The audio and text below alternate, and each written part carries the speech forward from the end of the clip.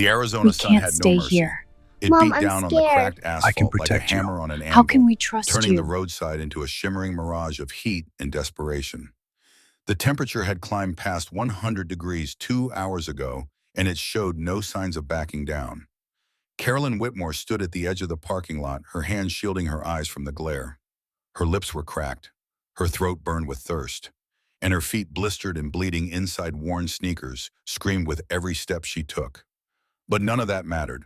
What mattered were the two small figures clinging to her legs, their faces red and streaked with tears. They no longer had the moisture to cry. Rosie and Wyatt, her twins, her everything. 3 years old and already learning that the world could be cruel beyond measure.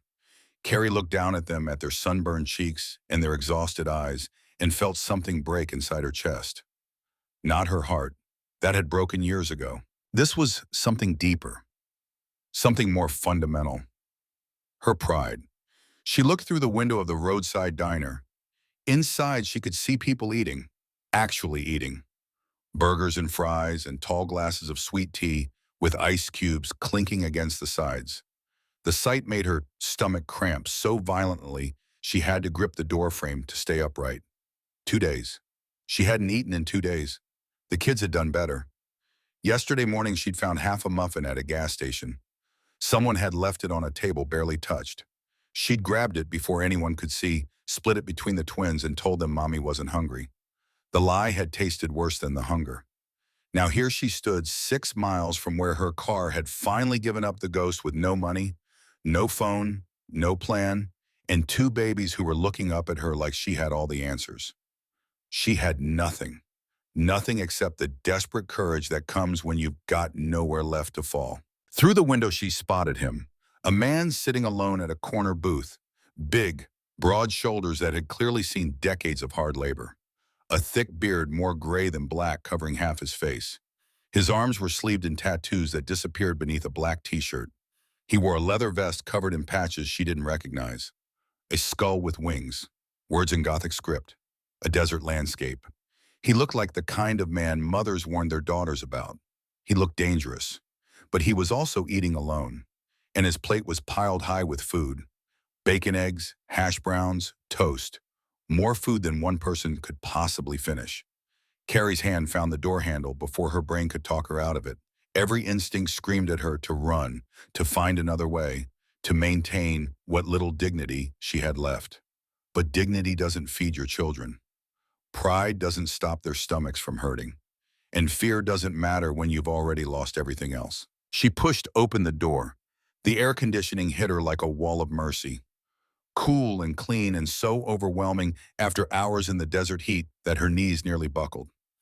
Behind her, the twins stumbled inside their small hands, gripping her shirt like it was the only thing keeping them tethered to the earth.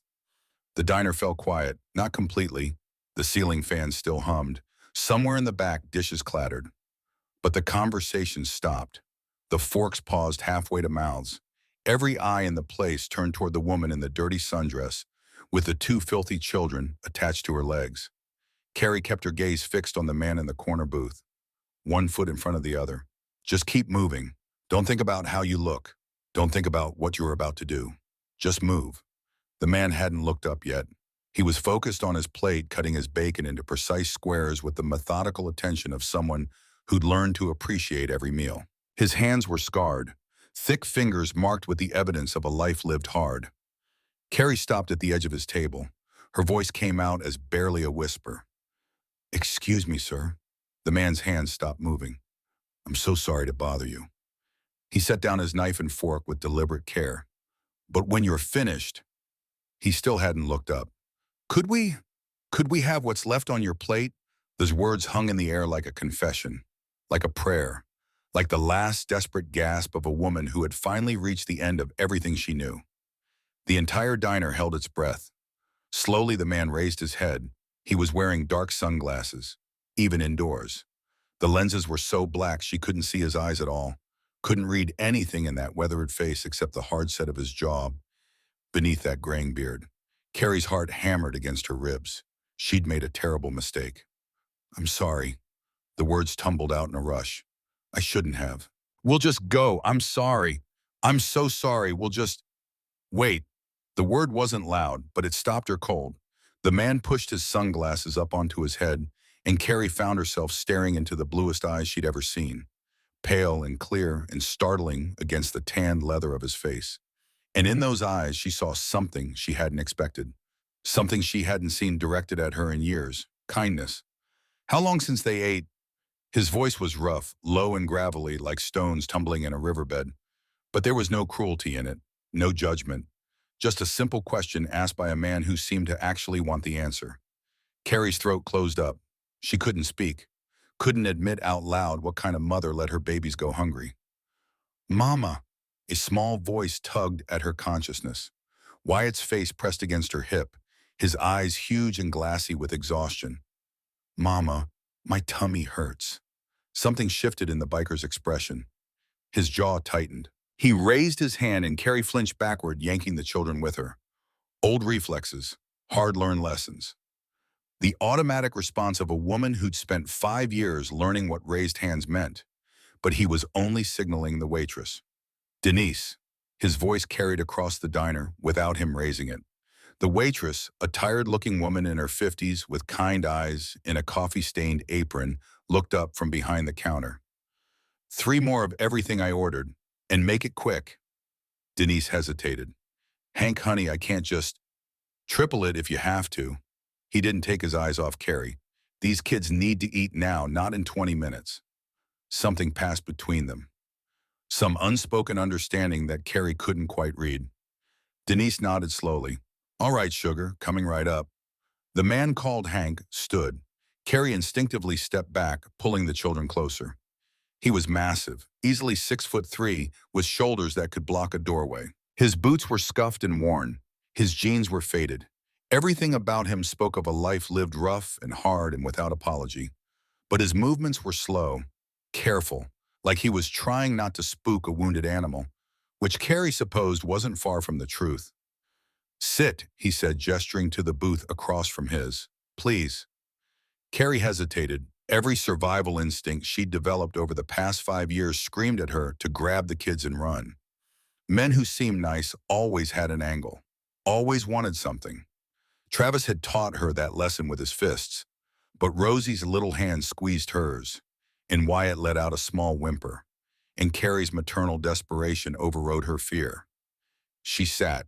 Hank reclaimed his own seat and pushed his plate across the table toward them, still heaping with bacon and eggs and hash browns and toast, enough food to make her head spin. Start with this, he said. More's coming. We can't. You can and you will.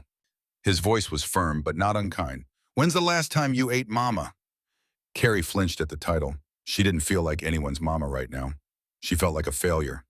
That's what I thought. Hank broke off a piece of toast and held it out to Wyatt, who was staring at the food with desperate, hungry eyes.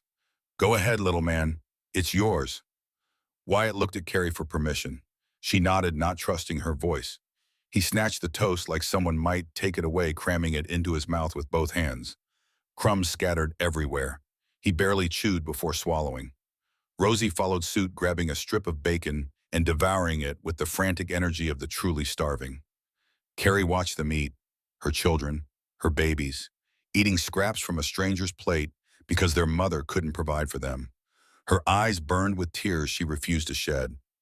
Not here, not in front of this stranger who was showing her more compassion than she deserved. Thank you. The words came out broken. You don't have to do this. Yeah.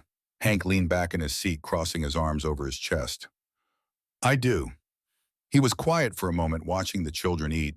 His expression was unreadable, but there was something in the set of his shoulders, something that looked almost like recognition. I got kids, he said finally. Twins, actually. Girls. They're 12 now. Live with their mama in California. Carrie looked up sharply. A biker with kids. Joint custody, apparently. The world kept surprising her today. How old are yours? Hank asked. 3. They turned 3 in February. Good age. A sad smile crossed his face. Old enough to have personalities. Young enough to still think you hung the moon. The smile faded. Enjoy it while it lasts. Denise arrived with plates piled high. Pancakes, scrambled eggs, bacon, fresh fruit, orange juice in tall glasses with bendy straws. The smell made Carrie's stomach cramp so badly she had to grip the edge of the table. Eat, Hank commanded. You can't take care of them if you're running on empty. Carrie wanted to protest, wanted to maintain some shred of dignity, but her body betrayed her. She picked up a fork and took a bite of eggs, and it was like her entire system came roaring back to life. Flavor and warmth and sustenance flooding through her like water through a drought-cracked desert. She had to force herself to eat slowly, had to remind herself that gorging after fasting would only make her sick. Hank watched them eat without saying anything, occasionally sipping his coffee. It should have been uncomfortable being watched like that, but somehow it wasn't. He wasn't leering or judging. He was just there, present, solid, like a guardian standing watch. After a few minutes, when the children had slowed down enough to breathe between bites, Hank spoke again. "Where are you headed?" Carrie stiffened. The question felt loaded, dangerous. "Phoenix." The lie came automatically. "My sister lives there." Hank's expression said he knew it was a lie, but he didn't call her on it. "That's about 60 miles northeast. How you planning to get there?" "We'll figure something out." With no car and no money, Carrie's fork clattered against her plate. "How did you—" "Saw you walk in from the highway." Hank's voice remained neutral, factual. "Saw the blisters on your feet and the sunburn on your shoulders. Saw how you counted out change before you came in here, then put it back in your pocket when you realized it wasn't enough." He met her eyes directly. "I'm not trying to make you feel bad, Mama. I'm trying to understand what kind of help you need." "I don't need help." The words came out automatically, even as she sat there eating food this stranger had bought her, wearing clothes she'd slept in for 3 days, with children who'd been walking through the desert because their car had died. The absurdity of the denial wasn't lost on her. "Okay," Hank said it easily without mockery. "Then let me rephrase. I'm offering help. Whether you take it or not is your call." "Mama," Wyatt tugged on her sleeve, his voice small. "My feet hurt." She looked down and saw blood seeping through his worn sneakers. Fresh guilt crashed over her like a wave. They'd walked too far, way too far for little legs. "Let me see, baby." She reached for his foot. "Not here." Hank interrupted. "Denise, can we get a first aid kit?" "Sure thing, Hank." The waitress disappeared behind the counter. Hank pulled out his phone and made a call, speaking in low tones. Carrie caught fragments. "2 kids. Need transport. Yeah, the compound. 20 minutes. When he hung up, he looked at Carrie directly. "My garage is about 15 miles from here. I can take a look at your car, see what's wrong with it. If it's fixable, I'll fix it. If it's not, I can get you a loaner until you figure out your next move."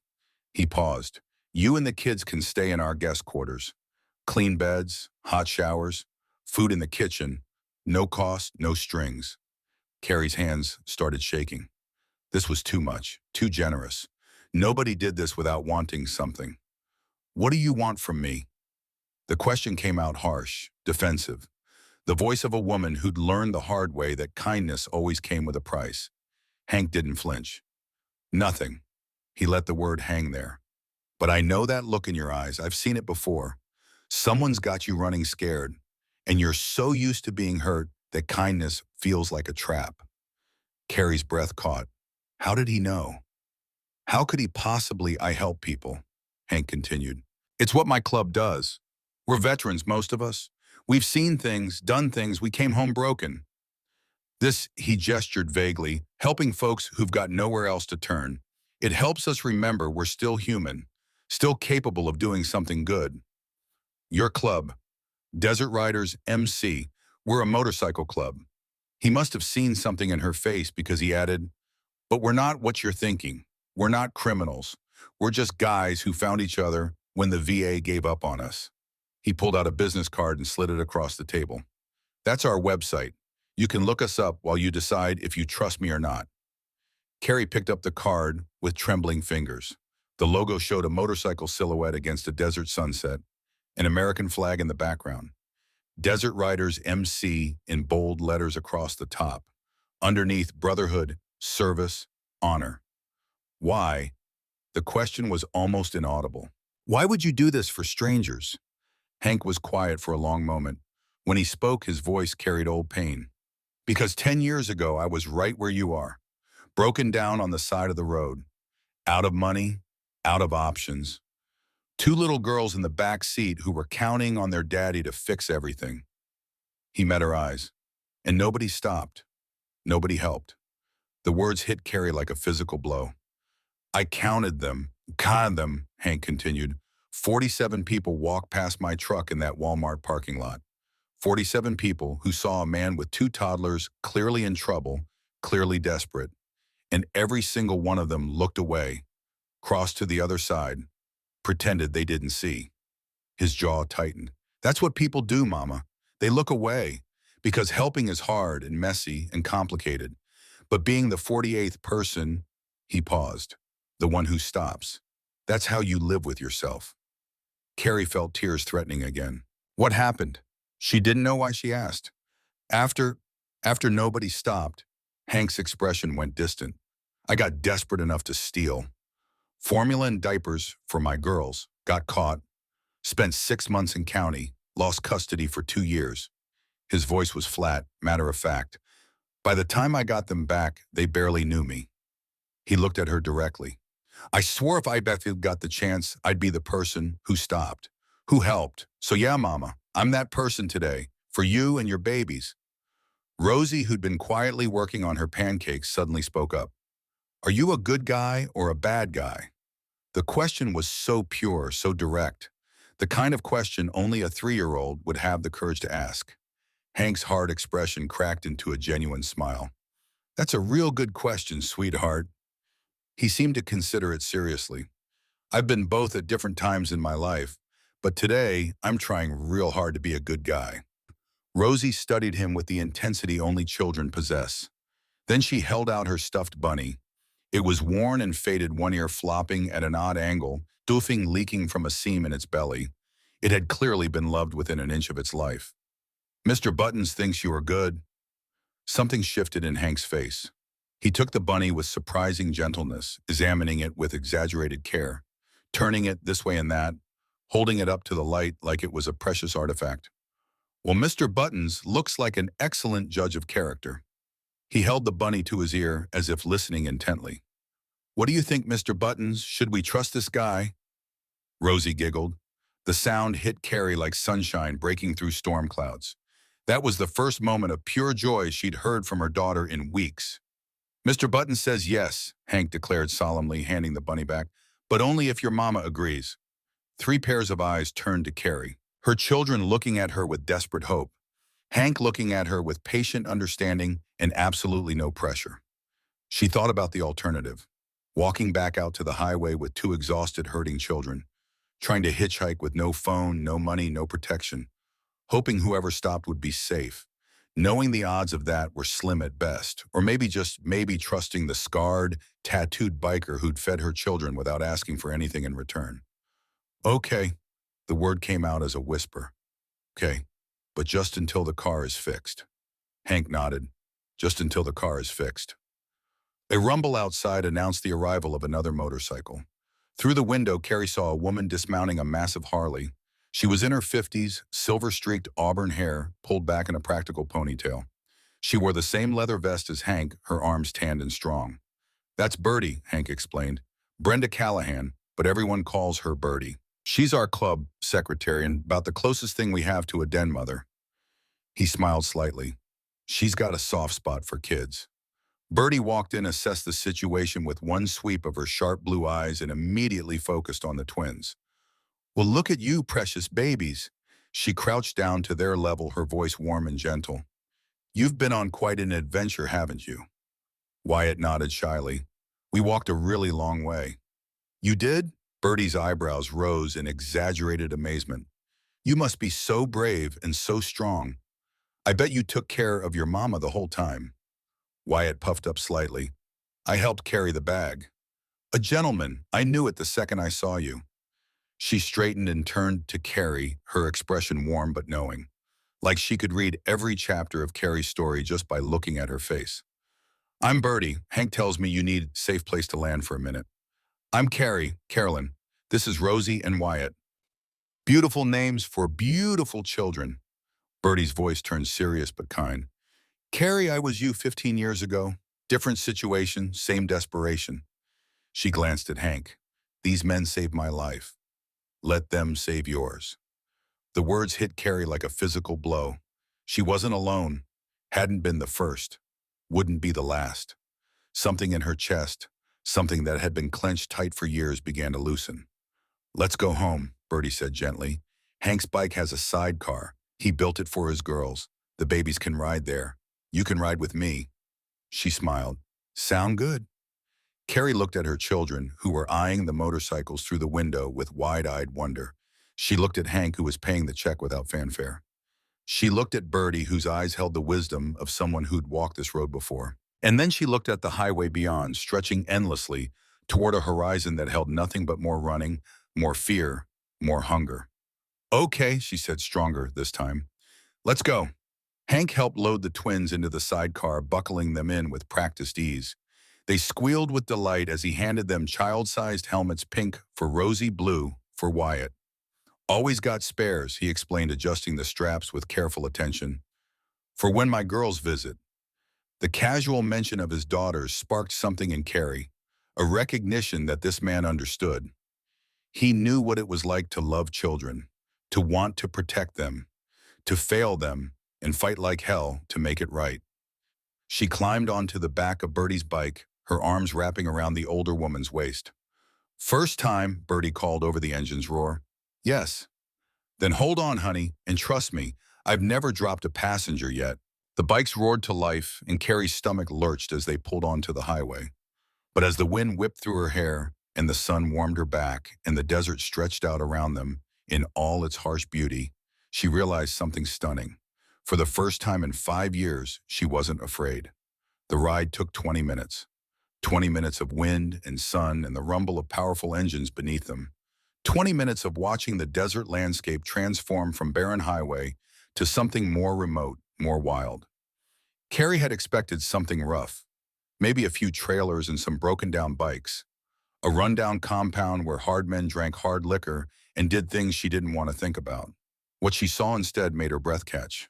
A sprawling property surrounded by a neat fence, several well-maintained buildings arranged around a central courtyard. A vegetable garden flourished on one side. A children's playground stood on the other, swings and slides, and a sandbox, all in good repair. An American flag snapped in the wind from a tall pole in the center. Half a dozen motorcycles were parked in organized rows, gleaming in the afternoon sun. Several people were visible, working on various projects. A woman tending the garden, a man painting a fence, someone working under the hood of a pickup truck. It looked like a community. It looked like a home. Welcome to Desert Riders MC, Bertie announced as they pulled up to the gate.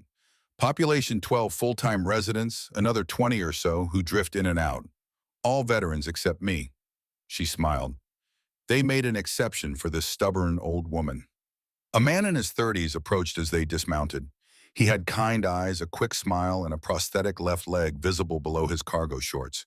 He moved with the easy confidence of someone who'd long since made peace with his body's limitations. Pete Brennan, he introduced himself, offering Carrie his hand.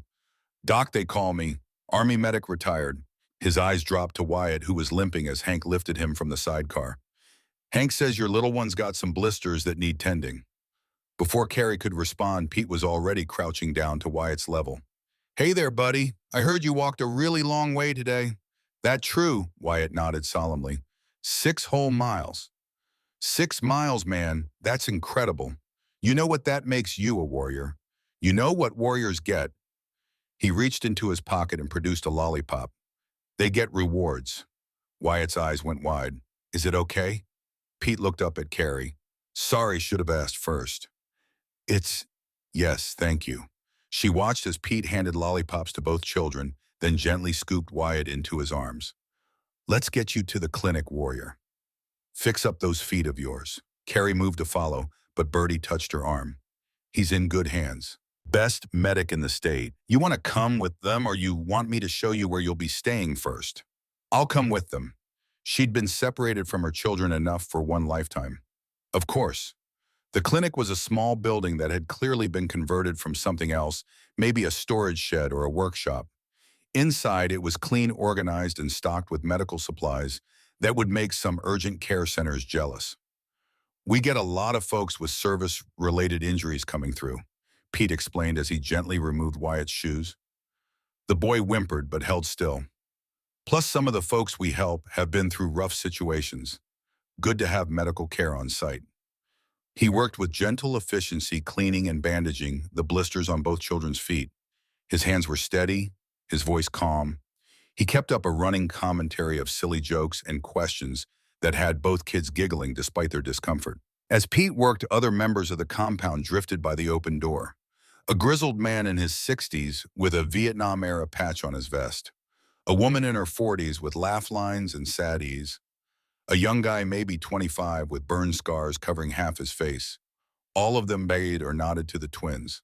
All of them smiled. "There we go, little man." Pete finished with Wyatt and turned to Rosie. "Good as new." "Well, almost. You're going to want to stay off those feet for a day or two, okay? That means lots of sitting and playing quiet games." "But I want to play on the playground," Wyatt protested. "Tell you what, tomorrow if those blisters look better, I'll give you a piggyback ride out there myself. Deal?" "Deal." As Pete moved to treat Rosie, Hank appeared in the doorway. "Guest house is ready." Ruth Ann made up the beds and stocked the kitchen. Ruth Ann turned out to be a stout woman in her late 50s with silver gray hair and the kind of face that had smiled so much the wrinkles had become permanent. She met them at the guest house with a basket of fresh bread and a warmth that felt almost maternal. "You poor things," she said, ushering them inside. Come in, come in. I've got everything set up." The guest house was a small cottage at the edge of the property, separate from the main buildings but close enough to feel connected. Inside, it was simple but comfortable. 2 bedrooms, a bathroom, a small kitchen and living area. Everything was clean. Everything was safe. But it was the little details that made Carrie's throat close up. Child-safe locks on the cabinets, a basket of toys in the corner, children's toothbrushes still in their packages on the bathroom counter, a nightlight in each bedroom. Someone had done this deliberately, thoughtfully, for them. "Ruth Ann handles most of the domestic stuff around here," Hank explained from the doorway. He hadn't come inside, propriety maintained.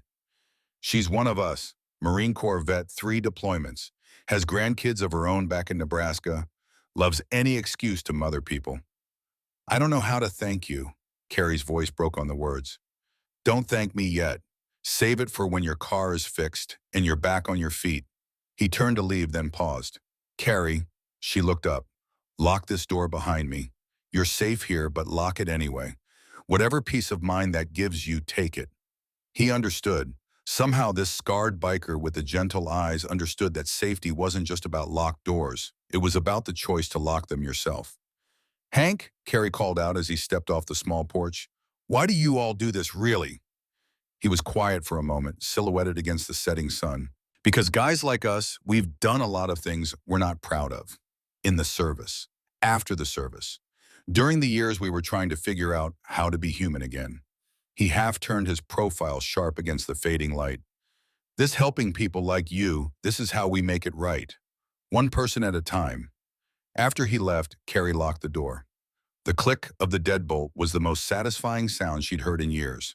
She turned to find both twins already crashed on the small couch asleep despite the early evening hour. Exhaustion had finally claimed them. Their small bodies were relaxed in a way she hadn't seen in months.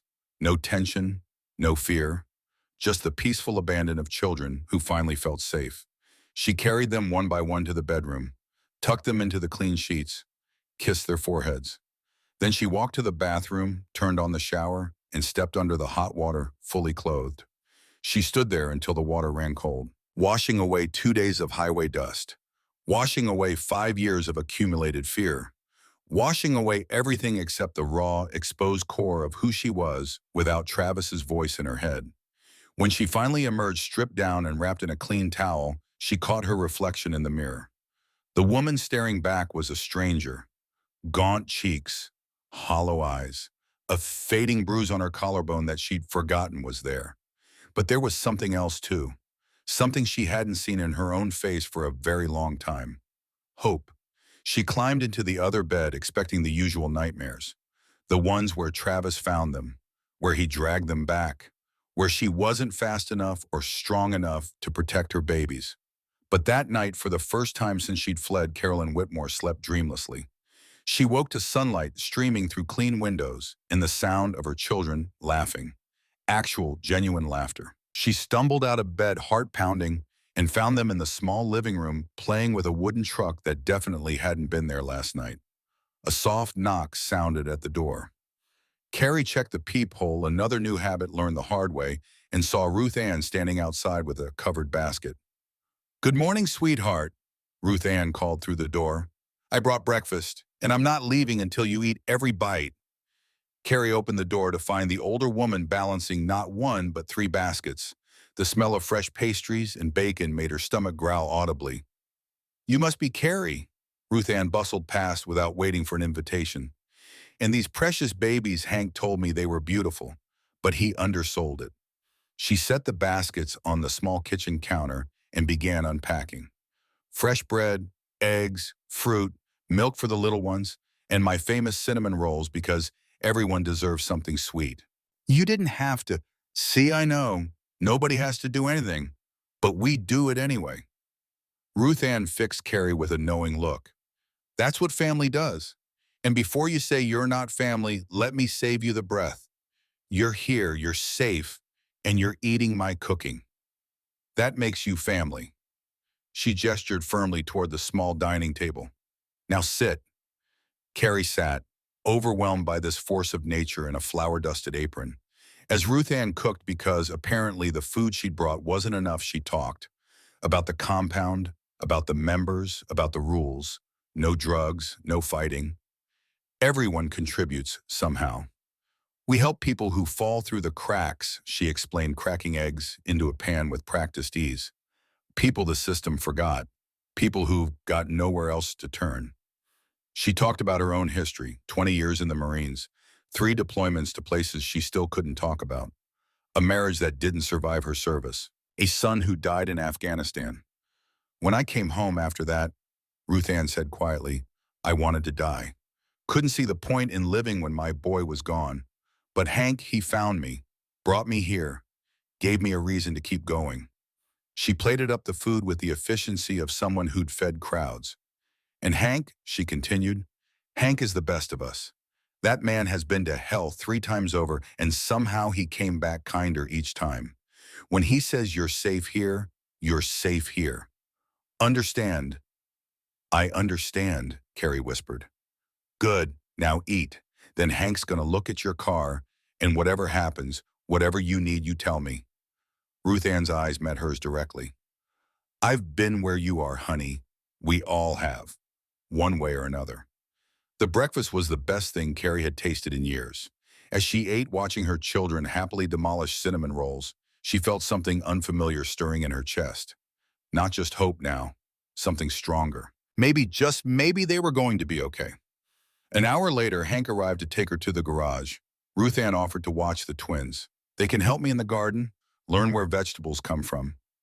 Carrie hesitated, but only for a moment. Then she agreed. The garage was a large metal building at the far end of the compound. Inside, it looked like every mechanic's dream. Tools organized on pegboards. Multiple vehicles in various states of repair. The smell of oil and metal and honest work. Carrie's Honda was already there, hood up, 2 men she didn't recognize working on it. "Had Pete tow it in last night after you went to sleep," Hank explained. "Wanted to take a look before I gave you the news." Carrie's stomach dropped. "Bad." "Depends on your definition of bad." He led her to the car and pointed at the engine. To Carrie, it looked like chaos. Metal and wires and parts she couldn't identify. "Engine's blown. Transmission shot. Even if I could fix it, which I probably could, it'd cost more than the car's worth. And she'd just die on you again in another 100 miles. Carrie's vision blurred. Her car. Her only way out. Her only asset. Gone. "Hey, hey," Hank's voice gentled. "It's okay, we've got a solution." "What solution? I don't have money. I can't pay you, I can't." "Carrie, look at me." She forced herself to meet his eyes. "I've got a truck. 2003 Toyota Tacoma. Bulletproof engine, runs like a dream. It's been sitting in storage because I've got more vehicles than I need." He paused. I'm giving it to you. Carrie's brain couldn't process the words. Giving, signing the title over. Free and clear. Only condition is you drive safe and keep the oil changed. I can't accept that. That's too much. That's, that's exactly what you need. Hank's voice was firm. Carrie, I'm not stupid. You're running from something, someone. I'm not gonna ask who or what because that's your story to tell if and when you want to. He met her eyes directly.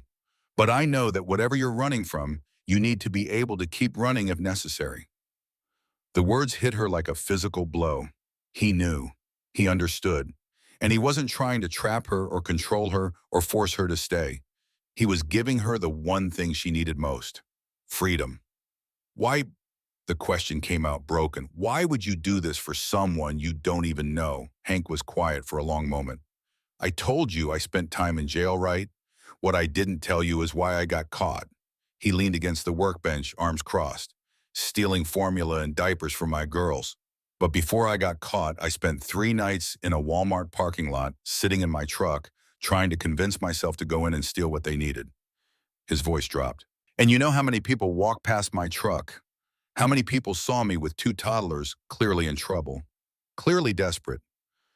Carrie shook her head. 47. I counted.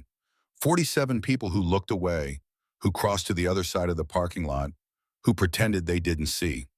He pushed off from the workbench. I swore that day, if I ever got back on my feet, if I ever had anything to give, I'd be the one who stopped. I'd be the 48th person. He pulled a set of keys from his pocket and pressed them into Carrie's hand. The truck's out back. Take it for a test drive. Make sure it feels right for you and the kids. And if you decide you need to leave tonight, tomorrow, next week, you go. No questions asked. He paused. You don't owe me anything, except to do the same for someone else someday, when you can. Carrie stared at the keys in her hand. They felt impossibly heavy, weighted with a kindness she'd forgotten existed in the world. Hank, go test drive the truck, he interrupted gently. We'll talk more later. Right now, you need to know you've got options. That's the first step to everything else. The truck was beautiful, dark blue, well-maintained. The engine purred to life like a promise. Carrie sat in the driver's seat for a long moment, hands on the wheel, mind spinning. She could leave right now, grab the twins, drive away, never look back. These people had already given her everything she needed to disappear again.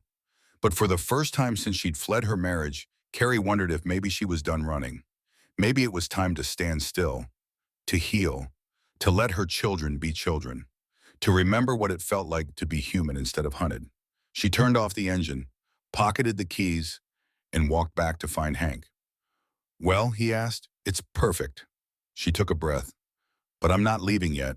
If the offer still stands to stay a while, just until I figure out my next move, I'd like to accept. Something like relief crossed Hank's face.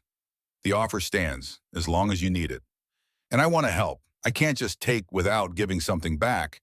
I'm good with numbers. I can cook. We'll find you something, Hank assured her. Nobody rides free around here. Everyone contributes what they can. He smiled slightly. But today you rest. Tomorrow we'll talk about how you fit into this community. Community, family, home. Words Carrie had thought she'd lost forever. As she walked back to the guest house to find her children, she felt the weight of 5 years of fear beginning to lift from her shoulders. She wasn't naive. She knew this fragile peace couldn't last forever. Eventually, she'd have to deal with the reality of her situation. Eventually, Travis might find them. But today, her children were safe. They were fed. They were laughing in a garden, learning to plant tomatoes with a woman who treated them like her own grandchildren. And maybe just for today, that was enough. She found Rosie and Wyatt covered in dirt, their small hands helping Ruth Ann pat soil around tiny seedlings. They looked up when she approached, their faces bright with joy. Mama, we're growing tomatoes. And carrots, Rosie added. Ruth Ann says we can water them every day. Carrie knelt beside them, pulling them both into a hug. That sounds wonderful, babies.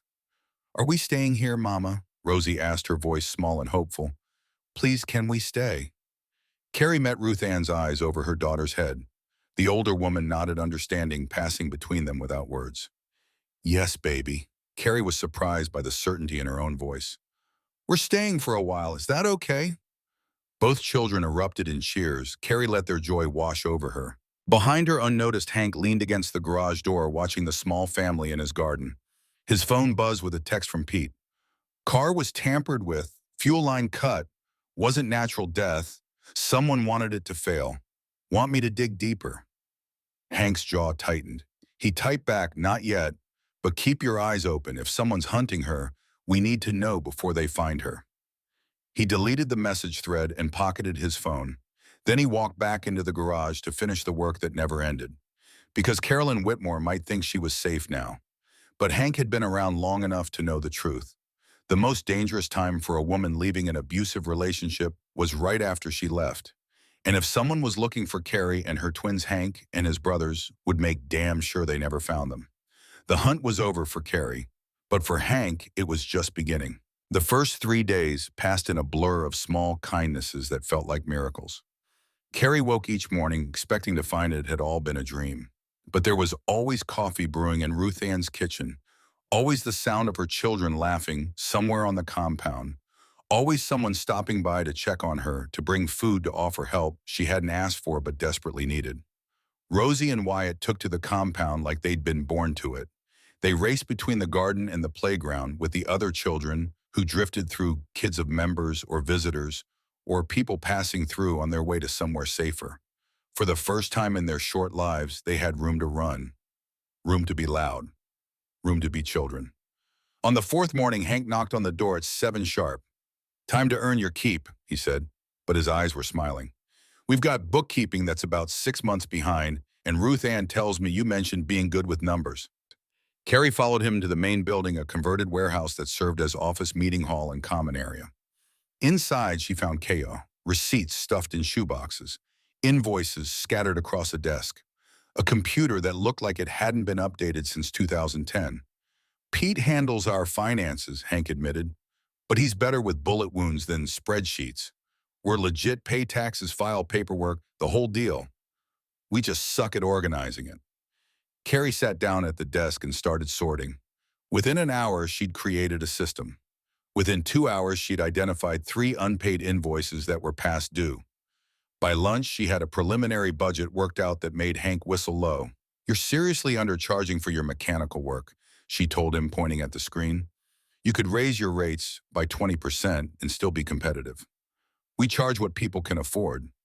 That's noble, but you can't help anyone if you go bankrupt." Carrie pulled up another screen.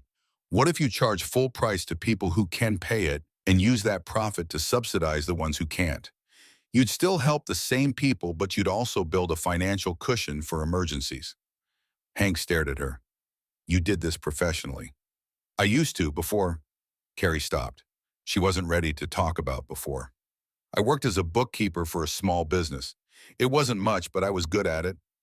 "You're hired in," Hank said immediately. 20 hours a week, whatever schedule works with the kids. We'll pay you." "You're already paying me in housing and food."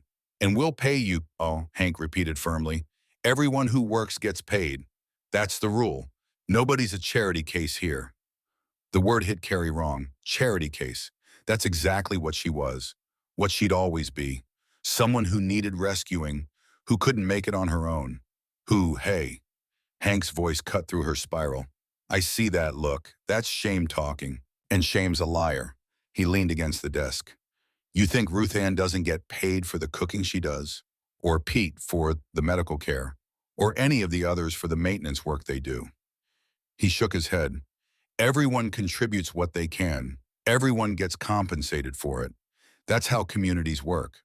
That's how we survive." Carrie's throat tightened. "I don't know how to accept this."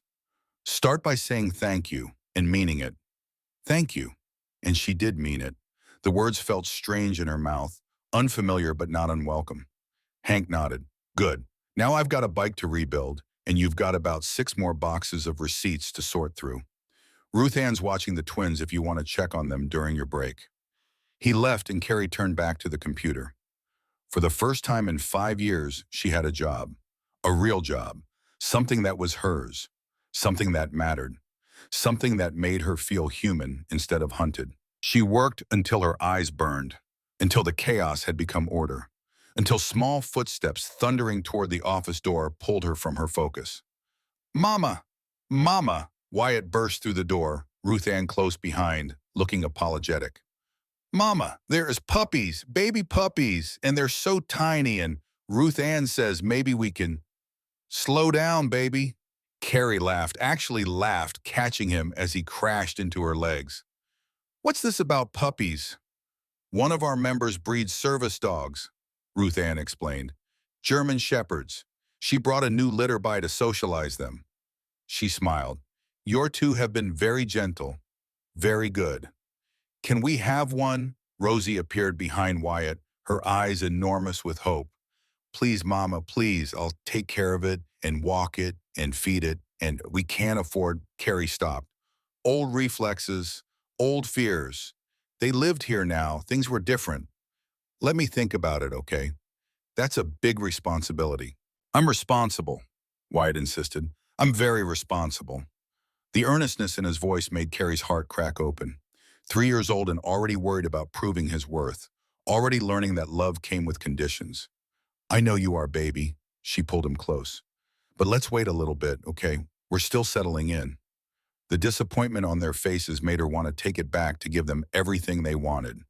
But Ruth Ann caught her eye and gave a subtle nod. The right call.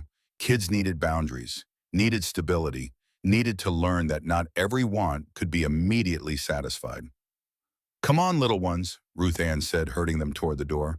Let's go make lunch. You can help me roll out the biscuit dough. After they left, Carrie sat back in her chair and pressed her palms against her eyes. A puppy. Her children wanted a puppy. Such a normal thing. Such an ordinary childhood desire. And she'd almost said no out of pure habit. She was still sitting there when Pete stuck his head in the door. Hey, Carrie, got a minute? Sure, what's up? Pete came in and closed the door behind him. His expression was serious in a way that made her stomach tighten. I need to ask you something, and I need you to be straight with me. Carrie's blood went cold. Are you running from someone? The question hung in the air. Why do you ask?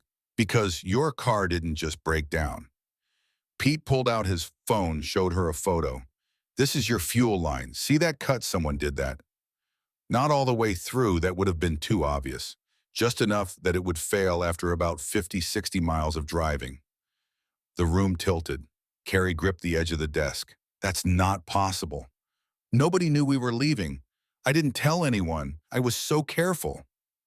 I believe you, Pete said quickly. But someone found out anyway. Someone who wanted your car to fail but didn't want it to look like sabotage. Someone who maybe thought you'd break down somewhere isolated. Somewhere you'd have to call for help. Travis, the name tasted like poison. My husband. The word came out strangled. Ex-husband. We're not divorced yet, but does he have reason to come looking for you? Carrie's laugh was bitter. He told me if I ever tried to leave, he'd find me and kill me. And then he'd take the twins somewhere I'd never find them. Her voice dropped to a whisper. He meant it, Pete. He's done it before. To his first wife. She disappeared 6 years ago. Everyone said she ran away. But I know he... Her voice broke. Pete's jaw tightened. Did you report this to the police? With what proof? He's careful. He's smart. And he's got friends in the sheriff's department back home. Carrie's hands were shaking now. I thought I was being paranoid. I thought maybe the car just broke down naturally. But if you're right, if he did this, then he knows which direction I was heading. He knows where I am.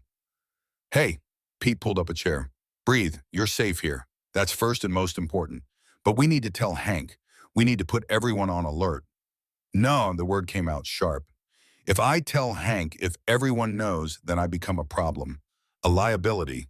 He'll ask me to leave because I'm putting everyone in danger. Carrie, stop. Pete's voice was firm but kind. That's not how this works. That's not how Hank works. You think you're the first person who showed up here running from violence. You think we haven't dealt with angry exes in dangerous situations before. This is different. Travis isn't just some angry drunk. He's methodical. He's patient. He's dangerous. I get it, which is exactly why we need to know what we're dealing with. Pete stood. I'm telling Hank today. You can be there or not, but he needs to know. Carrie wanted to argue, wanted to grab her children and run, wanted to disappear before she could be thrown out before Travis could find them. But her body was exhausted from running. Her heart was exhausted from fear. And some small part of her, the part that had been growing stronger since she arrived here, wanted to believe that maybe, just maybe, she didn't have to face this alone. "I'll tell him," she said quietly. "Let me tell him." Pete nodded. "He's in the garage. Want me to come with you?" "No, I need to do this myself." The walk to the garage felt like walking to an execution. Carrie's mind raced through scenarios. Hank would ask her to leave. Or worse, he wouldn't ask, he'd just make it clear she wasn't welcome anymore. That she'd brought danger to his doorstep, threatened his community, betrayed his trust. She found him under a Harley grease smeared across his forearms, completely absorbed in his work. For a moment, she almost turned around, almost ran, almost took the easy coward's way out. Instead, she cleared her throat. Hank rolled out from under the bike, his face lighting up when he saw her. "Hey, how's the bookkeeping going? Find all my financial disasters yet?" "Hank, I need to talk to you about why I'm really here." His expression shifted instantly from friendly to serious. He stood, wiped his hands on a rag, and gestured to the small office at the back of the garage. Inside, he closed the door and waited. Not pushing, just present. Carrie took a breath. "My husband's name is Travis Whitmore. We were married 5 years ago. He seemed perfect at first, charming, successful, attentive. But after Rosie and Wyatt were born, things changed." She told him everything. The drinking, the violence, the isolation from everyone who might have helped her. The night Travis hit Wyatt, the threat, the flight, and now the discovery that her car had been sabotaged. When she finished, Hank was silent for a long moment. Then he spoke. "Does Travis know where you are now?" "No, I don't think so. But Pete thinks..." "Pete's right. If Travis sabotaged your car, he's tracking you somehow." Hank pulled out his phone. "We need to assume he knows you're somewhere in Arizona. We need to assume he's looking. And we need to be ready." Carrie's vision blurred. "Hank, I can't ask you to..." "I'll leave tonight. I'll take the truck you gave me and I'll disappear." "No." The word was absolute. "Carrie, I need you to hear me. Are you listening?" She nodded, not trusting her voice. "You're not leaving. You're not running. You're staying here where you're safe, where your kids are safe, where we can protect you." His voice softened slightly. "This is what we do. This is literally why this place exists. About 60% of the people who come through here are running from violence. We know how to handle this. But if he finds me, then he'll find 12 combat veterans standing between him and you. And trust me, that's not a fight he wants." Hank stood. "But we're getting ahead of ourselves. First, we need information. I've got a friend who's a private investigator, used to be DEA. He can find out where Travis is, what he's doing, whether he's filed any kind of report about you and the kids." "I don't have money to pay." "Carrie." Hank's voice was gentle but firm. "Stop. Stop trying to figure out how to do this alone. You're part of this community now. That means when you've got a problem, we've got a problem, and we handle our problems together." The words broke something in Carrie, something that had been holding her together through pure willpower and terror. She started crying. Not pretty tears, ugly, gasping sobs that felt like they'd been trapped in her chest for years. Hank didn't try to comfort her with touch. He just handed her a clean shop rag and waited while she cried herself out. "I'm sorry," she finally managed. "I'm sorry. You're just dealing with 5 years of trauma that you've been holding back because you couldn't afford to fall apart." Hank's voice was matter of fact. "Believe me, I get it. Every person here gets it." He paused. "You want to know what I did the first week after I finally got sober? I cried in the shower every morning for 6 days straight. And that was after I was safe, after the danger was over." He met her eyes. "Your danger isn't over yet, so you're actually handling this better than I did." Carrie wiped her face with the rag. "What do we do now?" "Now we call a family meeting. Get everyone on the same page. Set up security protocols." He opened the office door. "And we make sure your kids don't see you scared. Kids pick up on that. They need to see you strong, even if you're faking it." "I'm so tired of faking it." "I know, but you're good at it. You got your kids this far. You kept them alive and safe through 5 years of hell." Hank met her eyes. so you can keep faking it a little longer, until you don't have to anymore. The family meeting happened that evening after the twins were asleep.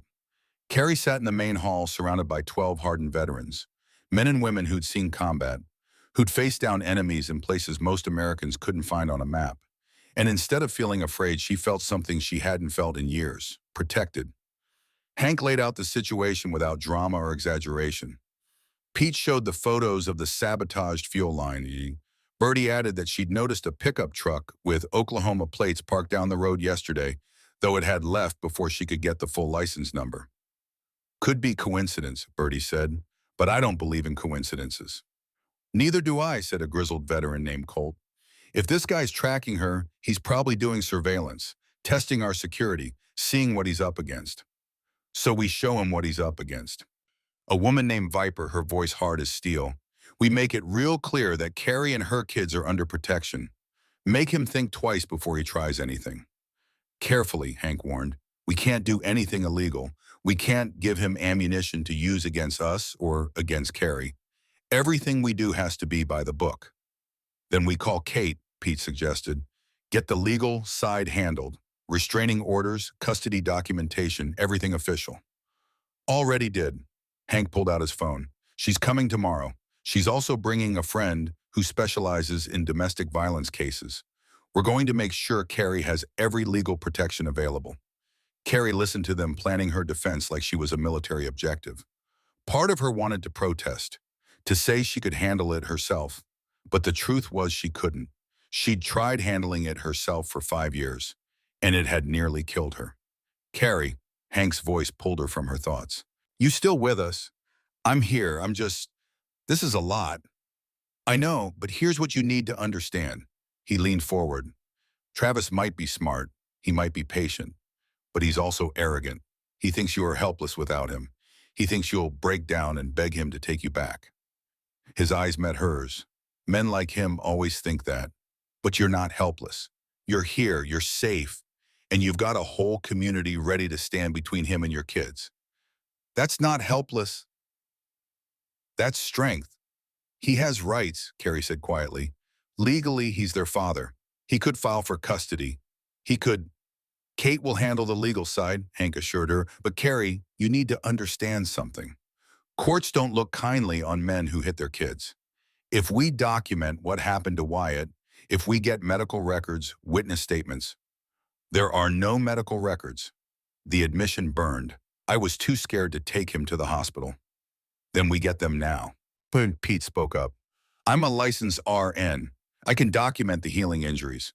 It's not as good as immediate evidence, but it's something. And your sister, Bertie added, the one in Phoenix, does she know what Travis did to you? Some, not everything. Can she testify on your behalf? Carrie hesitated. Megan had been urging her to leave for years, but they'd grown distant. Travis had made sure of that, slowly cutting off Carrie's contact with anyone who might help her. Maybe. I haven't talked to her in over a year.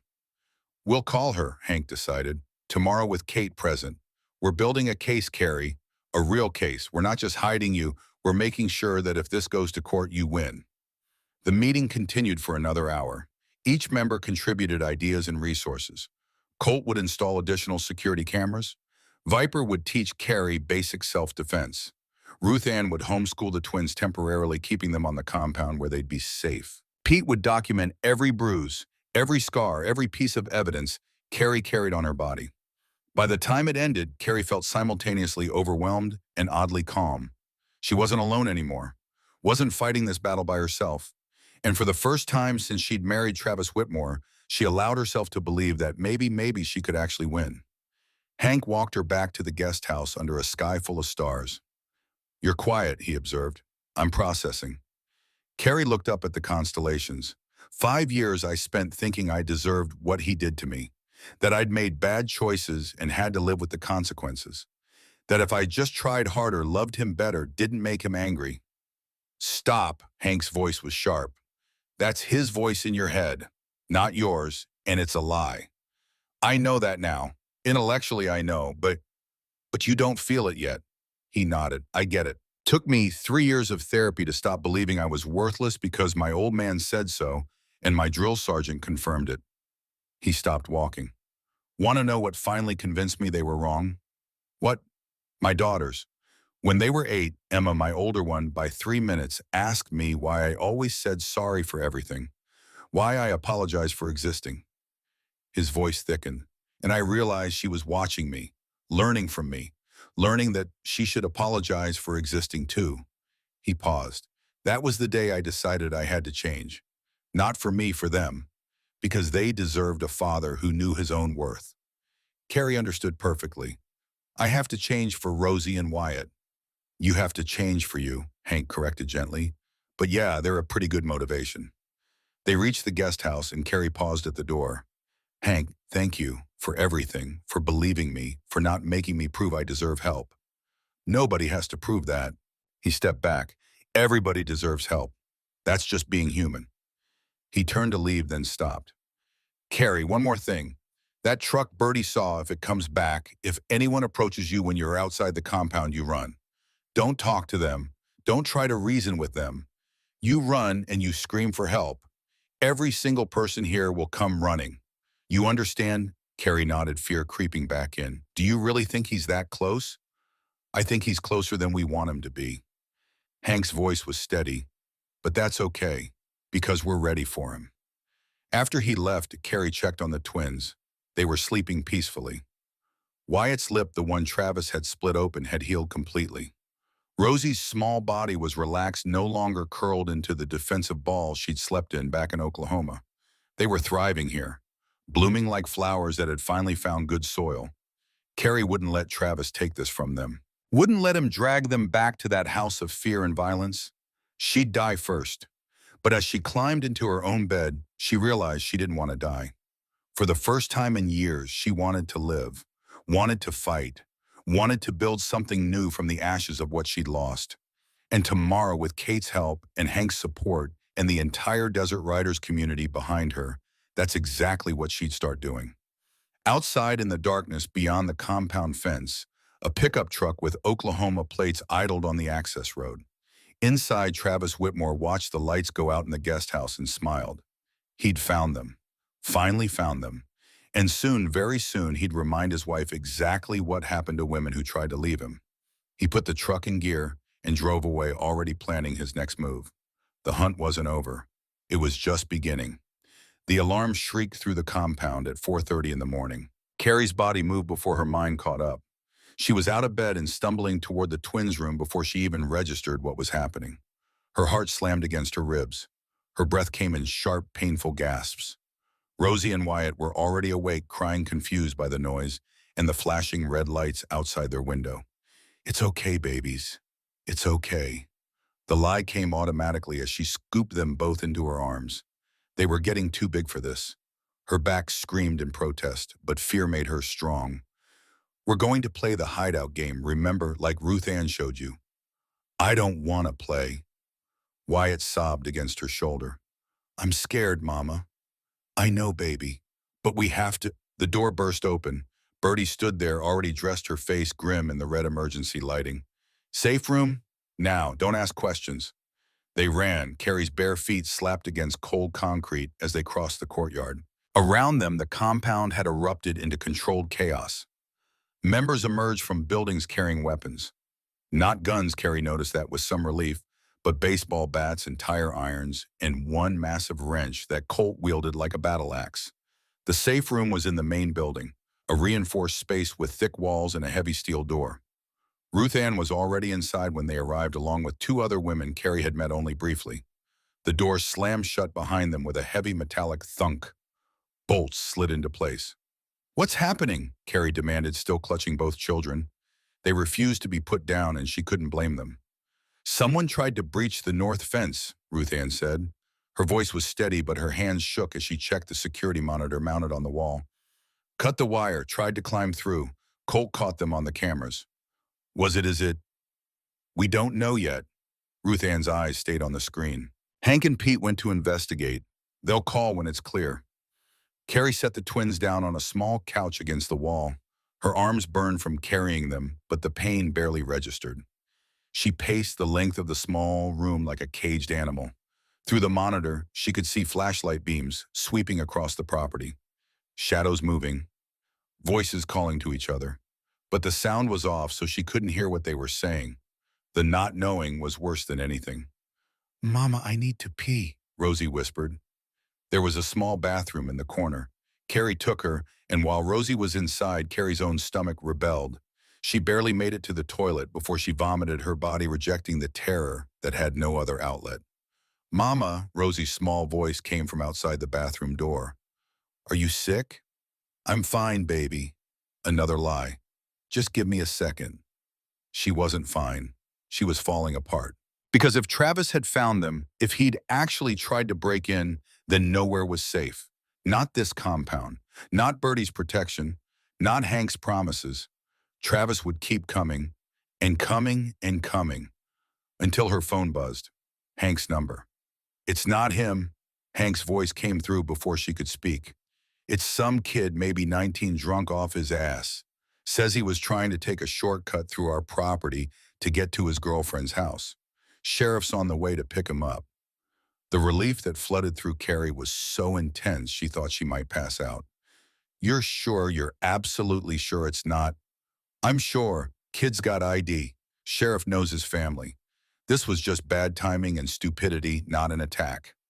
Carrie slid down the bathroom wall to sit on the cold tile floor. "I can't do this," she gasped. "I can't, I can't, I can't." "Hey," Hank's voice sharpened. "Breathe, you're safe. The kids are safe, false alarm. Just some dumb teenager. But next time, we'll deal with next time when it comes. Right now I need you to breathe. Can you do that for me?" Carrie forced herself to inhale. Hold. Exhale. "Good. Keep doing that. I'll be there in 5 minutes." By the time Hank arrived at the safe room, Carrie had pulled herself together enough to walk out under her own power. The twins had fallen asleep on the couch, exhausted by fear and adrenaline. Ruth Ann volunteered to stay with them while Carrie stepped outside with Hank. The pre-dawn air was cold, sharp. It helped clear her head. "I'm sorry," she said. "I fell apart in there. That's not, I don't usually—" "You've been running on fumes for weeks," Hank interrupted. "Your nervous system is fried. A false alarm was always going to hit you hard." He paused. "But Carrie, this is why we have protocols. The system worked. We detected the breach. We got everyone to safety, and it turned out to be nothing." "But what if it hadn't been nothing?" "Then we would have handled it." His voice was certain, unshakable. "That's what we do." Carrie wanted to believe him. God, she wanted to believe him. But 5 years of learning that no one could protect her, that she could only protect herself, and barely made it hard to trust. "I should leave," she said quietly, "before I bring real trouble to your door." "You're not leaving," Hank's voice was firm. "And that's not me telling you what to do. That's me telling you that running won't help. Travis found you once. He'll find you again. The only difference is whether you're running alone or standing with people who've got your back." He was right. She knew he was right, but knowing didn't make the fear go away. "Kate Holloway is coming this morning," Hank continued. "She's the best domestic violence attorney in the state. She's also bringing Diane Crawford, who handles family law. Between the two of them, we're going to make sure you've got every legal protection available. And if legal protection isn't enough," Hank's jaw tightened, "then we'll cross that bridge when we come to it." Kate Holloway arrived at 9, driving a silver SUV with tinted windows. She was in her mid-40s, sharp-featured, with steel gray eyes that missed nothing. Her handshake was firm. Her manner was brisk. She radiated the kind of competence that came from decades of fighting battles most people couldn't imagine. Diane Crawford followed close behind. Younger, softer around the edges, but with a determination in her eyes that matched Kate's intensity. "Carolyn Whitmore," Kate said, settling into a chair across from Carrie in Hank's office. "I've reviewed the preliminary information Hank sent over. I need you to tell me everything. And I mean everything. No matter how embarrassing, no matter how shameful you think it makes you look. The truth is our weapon here. I can't fight with half a blade." Carrie told them. Everything. The charming man she'd met at a coffee shop 6 years ago. The whirlwind romance, the quick proposal. The first year of marriage when everything seemed perfect. And then the slow, insidious change, the criticism disguised as concern, the isolation disguised as love, the violence disguised as losing control. "When did it change?" Kate asked. "When I got pregnant. Twins high-risk pregnancy. Carrie's hands twisted in her lap. Travis was thrilled at first. Then I was put on bed rest, couldn't work, couldn't contribute financially. He started making comments about how I was getting fat, how I wasn't trying hard enough to look good for him. Verbal abuse, Diane noted, typing on her laptop. Continue. After the twins were born, I had postpartum depression. I was exhausted all the time, crying constantly, couldn't figure out how to make them stop screaming. Carrie's voice dropped. Travis said I was a terrible mother, said his mother raised 4 kids alone and never complained. Said I was weak. Kate's jaw tightened, but her voice remained neutral. When did the physical abuse start? Wyatt was 6 months old. He wouldn't stop crying, and Travis had lost his job that week. He was drunk. Carrie stared at her hands. He grabbed my arm and shook me, told me to shut the baby up or he'd do it himself. She paused. He left bruises, 5 of them, perfect finger marks.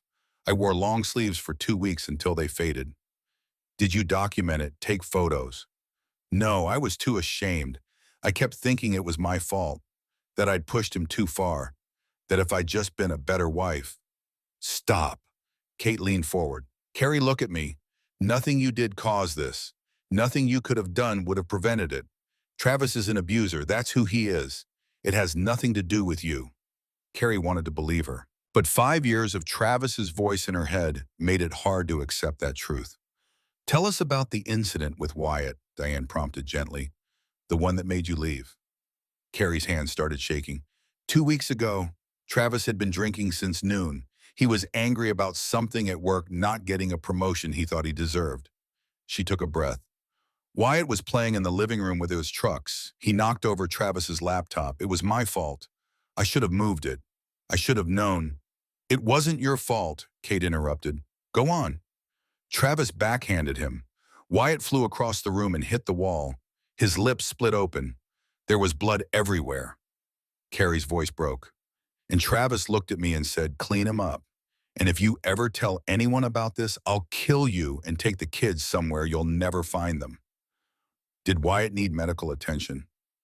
Yes, but I was too scared to take him to the hospital. I used the first aid kit at home. His lip healed, but Carrie looked at Kate desperately. I failed him. I should have taken him to the hospital. I should have reported it, but I was so scared that Travis would make good on his threat, that I'd lose them forever. You made the decision you needed to make to survive, Kate said firmly. And then you made the brave decision to leave. That's what matters now. She pulled out a folder. Okay, here's what we're going to do. First, we're filing for an emergency protection order. Arizona has strong domestic violence laws. If we can demonstrate that Travis poses a credible threat, we can get an order that prevents him from coming within 500 feet of you or the children. He violated the last restraining order I tried to get, Carrie said. Back in Oklahoma, his friend in the sheriff's department made it disappear. This isn't Oklahoma. Kate's smile was sharp. And Judge Margaret Wheeler, who will hear this case, is a former prosecutor who specialized in domestic violence. She doesn't tolerate abusers. Her eyes glinted. Trust me, Travis is not going to charm his way out of this one. Second, Diane continued, we're filing for emergency custody.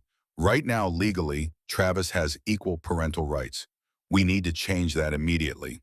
We'll argue that he's a danger to the children based on the physical abuse, the threats, and the sabotage of your vehicle. Can we prove the vehicle sabotage? Carrie asked. Pete documented it with photos and a written statement. We also have his credentials as a licensed RN and his background as an Army medic. That'll hold weight. Kate flipped through her papers. Third, we're getting you divorced. Fast. Arizona allows for expedited proceedings in cases involving domestic violence. We can have you legally separated from Travis within 60 days. Carrie felt dizzy. That fast? That fast. Kate's voice softened. But Carrie, you need to understand something. This is going to get ugly. Travis is going to fight back. He's going to hire a lawyer. He's going to try to paint you as an unfit mother. He's going to drag every mistake you've ever made into public record. She paused. Can you handle that? I don't know, Carrie admitted, but I have to try my... That's the right answer, Kate stood. Diane and I are going to get started on the paperwork. You're going to sit down with Pete and document every injury, every incident, every threat you can remember. Dates, times, witnesses, if there were any, everything. My sister. The thought came suddenly. Megan, she knows some of it. She begged me to leave, but I was too scared. We'll contact her today, Diane promised. Her testimony could be crucial. After the lawyers left, Carrie spent 3 hours with Pete going through every scar on her body, every memory she'd tried to bury. He photographed the faded marks on her arms, the crooked finger that had healed wrong after Travis broke it 2 years ago, the small bald spot where he'd ripped out a chunk of her hair during a fight. You're doing great, Pete said quietly as he worked. I know this is hard. I feel like I'm betraying him. Carrie immediately felt stupid. I know that's crazy. I know he deserves this. But I spent 5 years protecting him, making excuses for him hiding what he did. This feels like you're breaking the rules he programmed into you. Pete set down his camera. Carrie, that's trauma bonding. It's a survival mechanism. Your brain learned that protecting Travis kept you safe. Now you have to retrain it to understand that protecting yourself keeps you safe. How long does that take? Different for everyone. But you're already doing it. You left. You asked for help. You're building a case against him. He smiled slightly. Those are all huge steps. That afternoon, Hank called her to the main building. There's someone at the gate, he said, his expression unreadable. Says he's family. Carrie's blood turned to ice. What does he look like? 50s, heavy-set, military bearing. Hank paused. Says his name is Earl Sutter. Says he's your father. The world tilted. Her father. Here. Now. Earl Sutter, who'd kicked her out when she got pregnant at 19. Who'd called her a disgrace to the family. Who she hadn't spoken to in over 10 years. How did he find me? Says your sister called him, sent him photos of Wyatt's injuries. Megan, of course. Megan, who'd been trying to reconnect their broken family for years. Who never gave up on anyone, even people who didn't deserve second chances. Do you want me to send him away? Hank asked.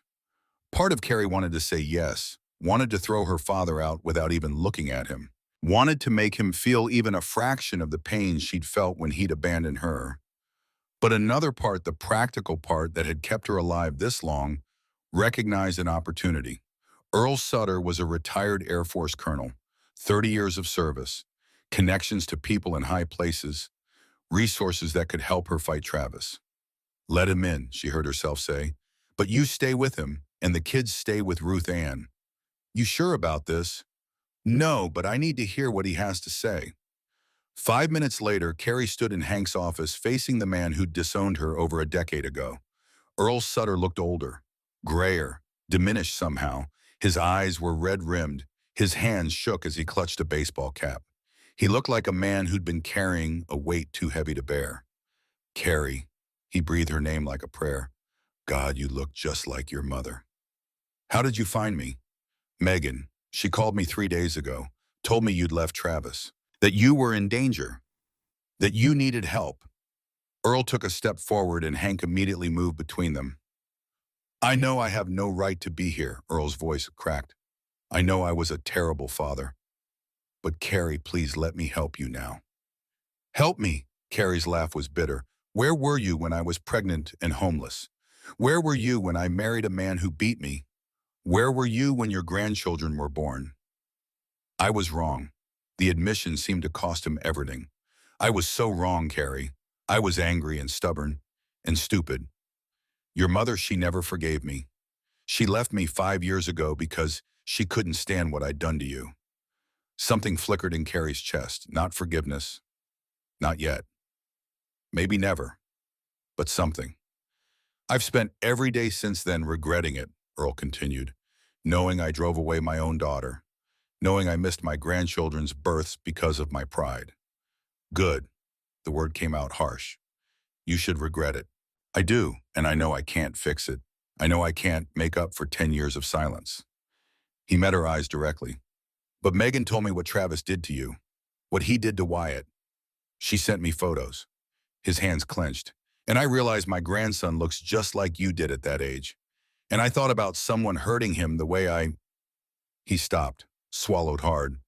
I couldn't breathe, couldn't sleep, couldn't live with myself. So you came here to ease your guilty conscience? No. Earl's voice steadied. I came here to help. I'm retired Air Force 30 years. I've got connections, resources, a lawyer on retainer who specializes in military family law. He pulled out a business card. I can make calls to the FBI about the vehicle sabotage that's a federal crime since it crossed state lines. I can provide financial support for your legal fees. I can testify about Travis's character if it comes to that. Carrie stared at her father. Part of her wanted to throw him out, to make him feel even a fraction of the rejection she'd felt. But she wasn't stupid enough to turn down help when her children's lives were at stake. I don't need your money, she said finally. I have help. I have people who actually showed up when I needed them, not 10 years too late. I know, and I'm grateful they did. Earl glanced at Hank. Thank you for protecting my daughter when I didn't. That's not for you to thank me for. Carrie studied her father for a long moment. If you want to help, she said slowly, really help. Here's what I need. Travis has friends in law enforcement in Oklahoma. He has connections. He's going to try to discredit me, make me look unstable or unfit. Can you counter that? Earl straightened. My former CO is now a general at Fort Huachuca, 30 miles from here. I can get you military protection if needed. I can also make calls to the FBI's domestic violence unit. They take cross-state stalking very seriously. Then do it. Carrie's voice hardened. But on my terms. You don't get to see the kids until I'm ready. You don't get to make decisions. You provide resources and testimony, and that's it. Understood. Relief flooded Earl's face. Thank you, Carrie. I won't let you down. You already did. The words came out quiet but sharp. This is your chance to do better. After Earl left, Carrie collapsed into a chair. You handled that well, Hank said. I feel like I'm drowning. Carrie pressed her palms against her eyes. Everything's happening so fast. The lawyers, the protection orders, the false alarm last night. Now my father shows up after 10 years. I can't keep track of it all. You don't have to keep track. Hank sat down across from her. That's what we're here for. All of this, the legal work, the security measures your father's help, it's all building a wall between you and Travis. The higher we build it, the safer you are. What if it's not high enough? Then we build it higher. A knock at the door interrupted them. Bertie stuck her head in. Hank, we've got movement. That pickup truck from yesterday just passed by again. Slowed down at the gate, took photos, then drove off. Carrie's stomach dropped. Did you get the plates? Partial. Running them now. Bertie's eyes flicked to Carrie. But I got a look at the driver this time. White male, mid-30s, brown hair, goatee. Ring any bells? Carrie couldn't breathe. That's Travis. Hank was on his feet immediately. Double the perimeter watch. I want eyes on every approach to this compound 24/7. Nobody gets within 100 yards without us knowing about it. What about going to the police? Carrie asked. We will. But Carrie, you need to understand he hasn't technically done anything illegal yet. Driving on a public road isn't a crime. Taking photos of a property from outside the fence isn't a crime. Hank's voice was gentle but firm. Until he threatens you directly or violates a protection order, there's not much they can do. So we just wait for him to attack. No, we prepare, we document, and we make damn sure that when he does make his move, we're ready. The next 2 days passed in a blur of preparation. Kate filed the emergency protection order. Judge Wheeler reviewed the evidence and approved it within hours. Travis was now legally barred from coming within 500 feet of Carrie Rosie or Wyatt. But serving the order proved impossible. The sheriff's department tracked Travis to a motel outside Tucson. Deputies arrived to serve him and found he'd checked out 30 minutes earlier. He's watching, Kate said grimly when she delivered the news. He knew they were coming. How? Could be monitoring police frequencies, could have a contact in the department, could just be paranoid and lucky. Kate's jaw tightened. Either way, he's in the wind. The order is active, but he hasn't been officially served, which makes enforcement complicated. That night, Carrie's phone rang. Unknown number. She almost didn't answer. But something made her press the button. Hello. Hello, sweetheart. The voice hit her like a physical blow. Travis. Miss me. Carrie's throat closed up. She couldn't speak, couldn't breathe, couldn't do anything but stand there with a phone pressed to her ear while Travis's voice slithered into her brain like poison. I know where you are, Carrie. I've been watching. That little compound of yours, it's cute. All those big, tough bikers protecting my wife, my children.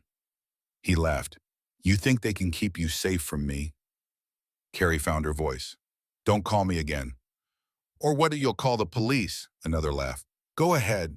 They can't touch me. I haven't done anything wrong, just a concerned father trying to find his kids. You hit our son. I disciplined my child. That's my right as a father. Travis's voice hardened. And you kidnapped them, stole them from their home, ran away like a coward. I'm not running anymore. No, then come home. Bring my children back where they belong. And maybe, I'll forgive you for this little stunt. Go to hell. She hung up. Her hands were shaking so badly she nearly dropped the phone. But underneath the fear, something else was rising, anger, white-hot and purifying. She'd spent 5 years being afraid of this man, 5 years walking on eggshells, 5 years believing his voice when it told her she was worthless, that she deserved his cruelty, that no one would ever help her. But she wasn't alone anymore, and she wasn't going to run. She found Hank in the garage, showed him the call log, told him what Travis had said. He's escalating, Hank observed. Good. Good bond. It means he's losing control, making mistakes. Hank pulled out his phone. Did you record the call? No, I didn't think. It's okay, we'll set up recording on your phone. If he calls again, we'll have evidence. He paused. But Carrie, this is important. He's going to try to provoke you, try to make you react, do something he can use against you in court. What do I do? Nothing. Don't engage. Don't respond. Let every call go to voicemail and let the voicemail pile up as evidence. Hank's expression was grim. He wants you scared and reactive. Don't give Ian that satisfaction. The next morning, Megan arrived. Carrie saw her sister's rental car pull up to the gate and felt something in her chest crack open. Megan had always been the soft one, the peacemaker, the one who believed in second chances and family reunions and happy endings. And despite everything Travis had done to isolate Carrie, Megan had never stopped trying. Carrie.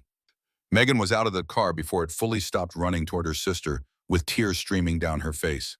Oh God, Carrie. They collided in a hug that felt like coming home. I'm sorry. Carrie was crying too. I'm so sorry I pushed you away. Travis said you were trying to ruin our marriage, and I believed him, and I... Stop. Megan pulled back, gripping Carrie's shoulders. I don't care about that. I care that you're here, that you're safe, that those babies are safe. She wiped her eyes with the back of her hand. Tell me what you need, anything. I'll do it. I need you to tell the judge the truth about what you saw, what you knew. Megan's jaw set with determination. Oh, I'm going to do more than that. I'm going to make sure that bastard never sees daylight again. They sat in the guest house while the twins played outside under Ruth Ann's watchful eye, and Megan pulled out her phone.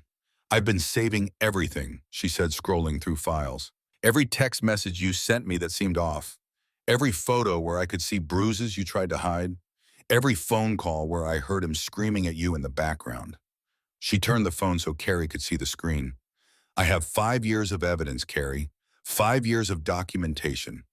Because I always knew that someday you'd get out. And when you did, you'd need proof. Carrie stared at the files, hundreds of them. Text threads, photos, audio recordings, notes with dates and observations. You did all this? I was a paralegal before I had the kids. Megan's voice was fierce. I know how to build a case, and I've been building one against Travis since the first time you called me crying and couldn't tell me why. Tears spilled down Carrie's cheeks. I thought I was alone. This whole time I thought, you were never alone. Megan pulled her into another hug. I was always there, waiting, watching, ready to help the second you let me. Kate reviewed Megan's evidence that afternoon. This is exceptional, she said, paging through the files. The recordings alone, if these are authentic, they're devastating. They're authentic, Megan's voice was hard. Every single one. Then Travis Whitmore's case just got a lot weaker. Kate looked at Carrie. With this evidence combined with Pete's medical documentation and the vehicle's sabotage, we're not just fighting for custody anymore. We're documenting a pattern of abuse that could result in criminal charges. Can he go to jail? Possibly, but that's a longer road. Now let's focus on the custody hearing. Kate checked her calendar. It's scheduled for Friday. That's 3 days from now. 3 days. Carrie felt simultaneously relieved and terrified. 3 days until a judge would decide her children's fate. 3 days until she'd have to face Travis in court. 3 days until everything changed. That evening, Ruth Ann made dinner for everyone. The compound's main hall filled with noise and warmth as members gathered around long tables, passing dishes and telling stories and laughing in the easy way of people who'd survived hard things together. Carrie sat between Megan and Hank watching her children eat without fear for the first time in their lives. Rosie was telling Pete an elaborate story about Mr. Button's adventures. Wyatt was attempting to arm wrestle Colt, who was pretending to struggle with great theatrical effort. "They're going to be okay," Megan said quietly. "I hope so." "They will, because you got them out, because you're fighting for them." Megan squeezed her hand. "You're the bravest person I know, Carrie, even if you don't believe it yet." After dinner, Hank walked Carrie back to the guest house. The night was clear, stars scattered across the sky like scattered diamonds. Somewhere in the distance, a coyote howled. "Big day Friday," Hank said. "I'm terrified." "Good. Means you're taking that seriously." He paused at her door. "But Carrie, I want you to remember something. That courtroom, you're not alone in there. Kate's going to be with you. Your sister's going to be there. Your father, if you want him. Ruth Ann, Bertie, Pete, half this compound is showing up to support you. Travis will be there too. And he'll be sitting across the room, held back by bailiffs, unable to touch you." Hank's voice was steady. "He's lost his power, Carrie. He just doesn't know it yet." She wanted to believe him. God, she wanted to believe him. What if the judge doesn't believe me? What if Travis's lawyer convinces her I'm the unstable one, that I kidnapped the kids? Then we appeal, and we fight harder. Hank met her eyes. "But Carrie, that's not going to happen. You've got evidence, you've got witnesses, you've got the truth, and the truth always wins eventually." "Does it?" The doubt crept into her voice. "Because Travis has been lying for 5 years. And winning." "He was winning." Hank's voice was gentle but firm. "Past tense. But you changed the rules when you left. You changed them again when you asked for help. And Friday you're going to change them one final time." He stepped back. "Get some sleep. You've got a long few days ahead." Carrie watched him walk away. Then she went inside, checked on her sleeping children, and lay down in her own bed. She expected the usual nightmares, but instead she dreamed of standing in a courtroom. Travis was there shouting, raging, his face twisted with fury, but his voice made no sound, and Carrie wasn't afraid. She woke to her phone buzzing. Another unknown number. She let it go to voicemail. When she played it back, Travis's voice filled the room. "See you in court, sweetheart. Can't wait to take back what belongs to me." Carrie saved the recording. Then she got up, showered, dressed, and went to find Kate, because Travis Whitmore had no idea what was coming for him. And in 3 days, he was going to find out. The morning of the hearing arrived gray and cold. Carrie dressed in the conservative outfit Kate had insisted on, a navy blue dress that covered her arms and fell below her knees.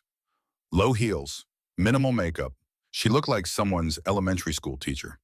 Harmless, trustworthy, exactly what Kate wanted the judge to see. The twins sensed the tension. They clung to Carrie as she tried to explain where she was going. "I have to talk to a judge about some grown-up stuff," she said, kneeling to their level. "But Ruth Ann's going to stay with you all day, and when I come back, we're going to have a special dinner." "Okay. Is the judge going to make us go back to Daddy?" Rosie asked, her voice small. Carrie's heart shattered. "No, baby. The judge is going to make sure you're safe. That's her job." "What if she doesn't do her job good?" Wyatt asked. "Children shouldn't have to ask questions like that. Shouldn't have to doubt that adults would protect them." Carrie pulled both twins into a fierce hug. "Then I'll do my job as your mama and keep you safe anyway. I promise." The courthouse was a sprawling concrete building that smelled like old paper and stale coffee. Kate met Carrie at the entrance with Diane, their faces set with determination.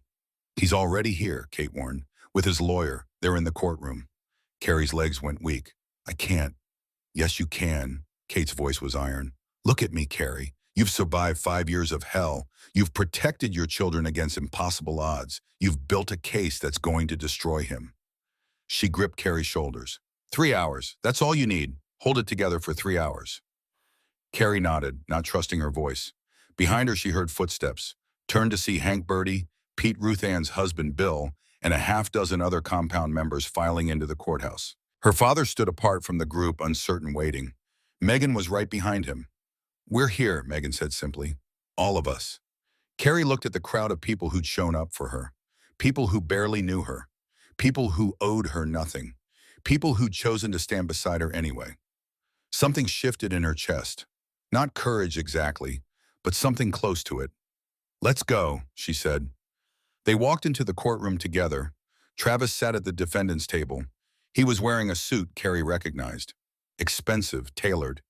His hair was neatly trimmed, his face arranged in an expression of wounded innocence. When he saw her, his mouth curved into a smile, the smile that used to make her blood freeze. "Don't look at him. Look at him," Kate murmured. "He's trying to intimidate you. Don't give him the satisfaction." Carrie forced her eyes forward, took her seat, and waited for the judge. Judge Margaret Wheeler entered 5 minutes later. A woman in her 60s with steel-gray hair and eyes that missed nothing. She surveyed the courtroom with the air of someone who'd seen every trick in the book and wasn't impressed by any of them. "This is an emergency custody hearing in the matter of Whitmore versus Whitmore," she began. "I've reviewed the preliminary filings. Ms. Holloway, you may present your opening statement." Kate stood and began to dismantle Travis Whitmore's life. She laid out the case methodically. The years of abuse, the escalating violence, the incident with Wyatt that had finally driven Carrie to flee. She presented Pete's medical documentation, photos of the sabotaged fuel line, Megan's recordings, witness statements from the compound members. She painted a picture of a dangerous man who'd used his charm and connections to evade consequences while terrorizing his family. Travis's lawyer, a slick man named Henderson, countered with a story of a devoted father wrongfully separated from his children by an unstable wife who'd fallen under the influence of a motorcycle gang. He claimed Carrie had mental health issues, that she'd always been paranoid, that Travis had spent 5 years trying to help her get treatment. Carrie listened to him twist the truth and felt rage building in her chest. This was what Travis did. This was how he won. He lied so smoothly, so convincingly, that people believed him. But then Kate called her first witness. Megan took the stand and told the judge about the bruises, the fearful phone calls, the way Travis had systematically isolated Carrie from everyone who loved her. She played the audio recordings. Travis's voice, clear and vicious and absolutely damning, filled the courtroom. "You worthless piece of garbage. You think anyone's going to believe you? You think anyone cares what happens to you? You're nothing. You're nobody. And if you ever try to leave me, I'll kill you. Do you understand me? I'll kill you, and I'll take those kids somewhere you'll never find them." The recording ended. The courtroom was silent. Henderson objected, called the recordings inadmissible, claimed they'd been doctored. Judge Wheeler overruled him. "These recordings will be authenticated by an expert," she said coolly. "Until then, I'll allow them as preliminary evidence." Pete testified next, walking the judge through his medical findings with professional precision. Then Diane presented evidence Kate's investigator had uncovered.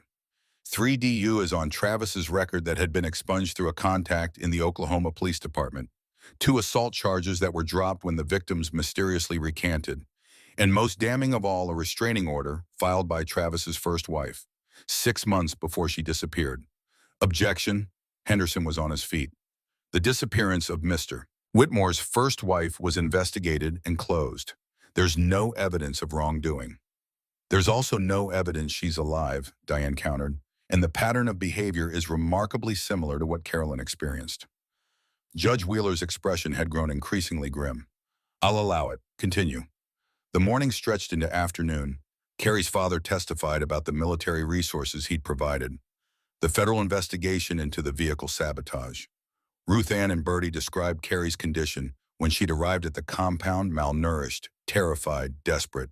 Hank spoke about the security measures they'd implemented, Travis's surveillance of the property, the way he'd fled when police tried to serve the protection order. Through it all, Travis sat perfectly still, his face a mask of wounded dignity, But Carrie saw the signs others might miss. The way his jaw clenched when Megan played the recordings. The white-knuckle grip on the table edge when Pete described Wyatt's injuries. The flash of pure rage in his eyes when Hank testified. He was losing control, and Travis Whitmore without control was a ticking bomb. Finally, Kate called Carrie to the stand. Her legs shook as she walked to the witness box. She placed her hand on the Bible, swore to tell the truth. And for the first time in 5 years, she was finally going to do exactly that. Kate guided her through the testimony with careful questions, each one designed to paint a picture, to build a narrative, to show the judge exactly what kind of man Travis Whitmore really was. Carolyn, can you describe the first time your husband physically hurt you? Carrie gripped the armrests of the witness chair. Her knuckles went white, but her voice stayed steady. Wyatt was 6 months old. He had colic. He'd been crying for hours, and nothing I did could soothe him. Travis came home from work. He'd lost his job that week, though. I didn't know it yet, and he'd been drinking. She paused, swallowed. He told me to shut the baby up. I said I was trying. He grabbed my arm and shook me so hard I nearly dropped Wyatt. Then he shoved me against the wall and told me if I couldn't keep my own child quiet, I was worthless as a mother. Did he leave marks? Bruises, 5 of them. Perfect finger-shaped bruises on my upper arm. Carrie's voice dropped. I wore long sleeves for 2 weeks until they faded. Did you report this incident to anyone? No. Why not? Because I thought it was my fault. Because he apologized afterward, said he'd never do it again, said the stress of losing his job had made him crazy. Because I believed him. Carrie met the judge's eyes directly. I wanted to believe him. I wanted to believe that the man I'd married wasn't capable of hurting me.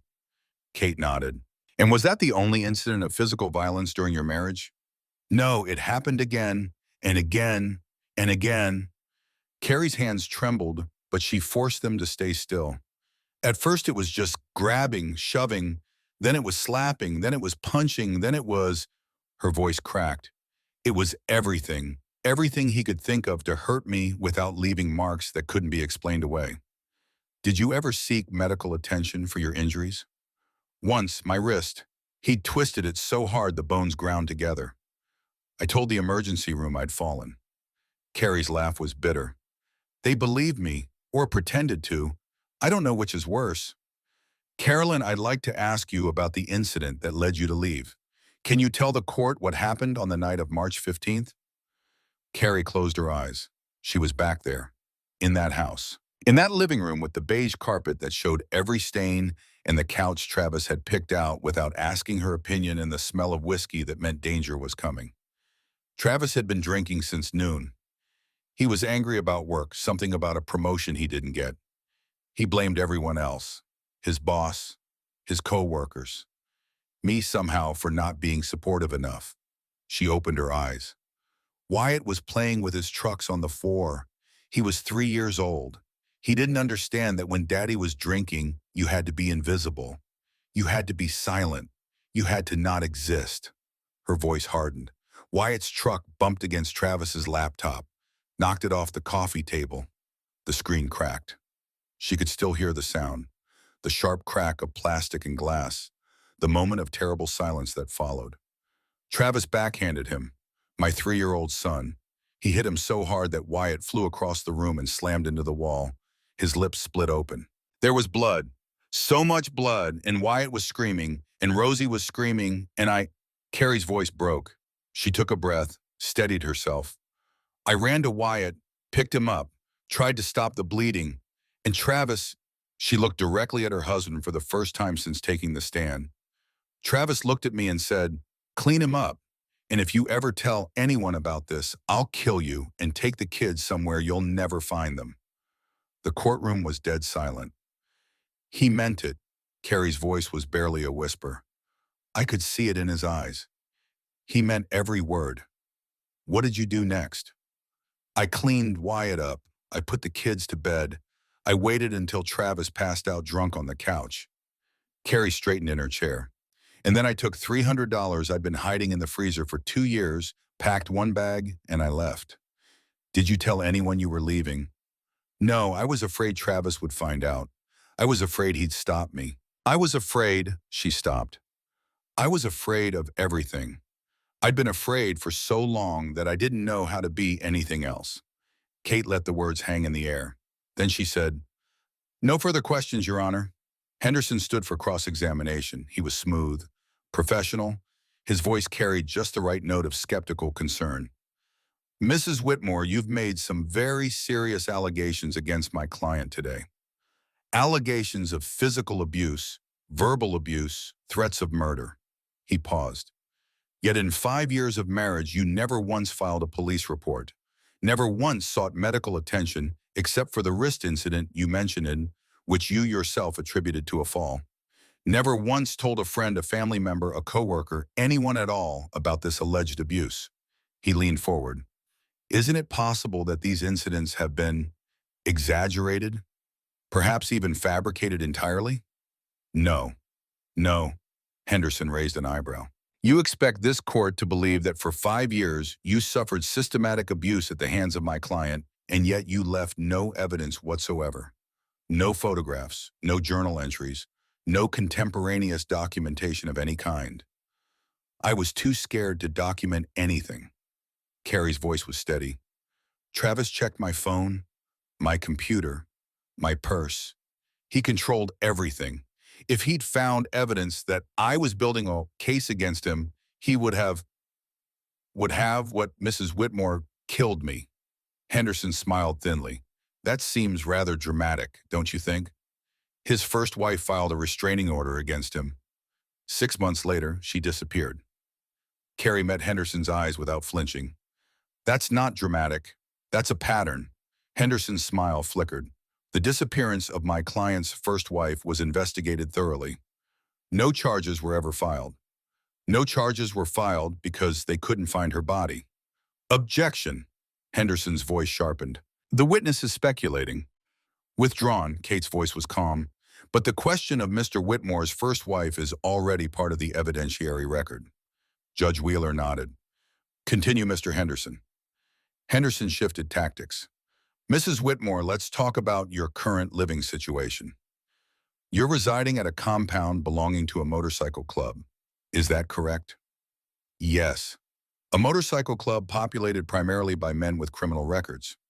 A motorcycle club populated by combat veterans who help people in crisis." Carrie's voice hardened. "None of them have criminal records. They're heroes who served their country and came home broken. They help people like me because no one else will. And yet you felt comfortable bringing your young children into this environment, an environment where, by your own testimony, armed men patrol the perimeter and security alarms go off in the middle of the night. I felt comfortable bringing my children somewhere they wouldn't be hit by their father." Henderson's jaw tightened. "Mrs. Whitmore, isn't it true that you have a history of mental health issues, that you were treated for postpartum depression following the birth of your twins?" "I had postpartum depression. I received treatment. I recovered." Carrie tilted her chin up. "Mental illness is not a character flaw, and it has nothing to do with why I left my husband.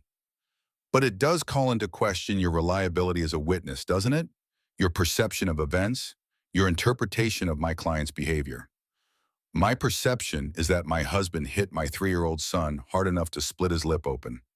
My interpretation is that any man who does that is dangerous." Carrie's voice didn't waver. "Would you like to see the photographs of Wyatt's injuries? They're in the evidence file. Pete Brennan documented them. A licensed RN with 15 years of experience. Is his perception also unreliable?" Henderson had no response. "No further questions," he said tightly.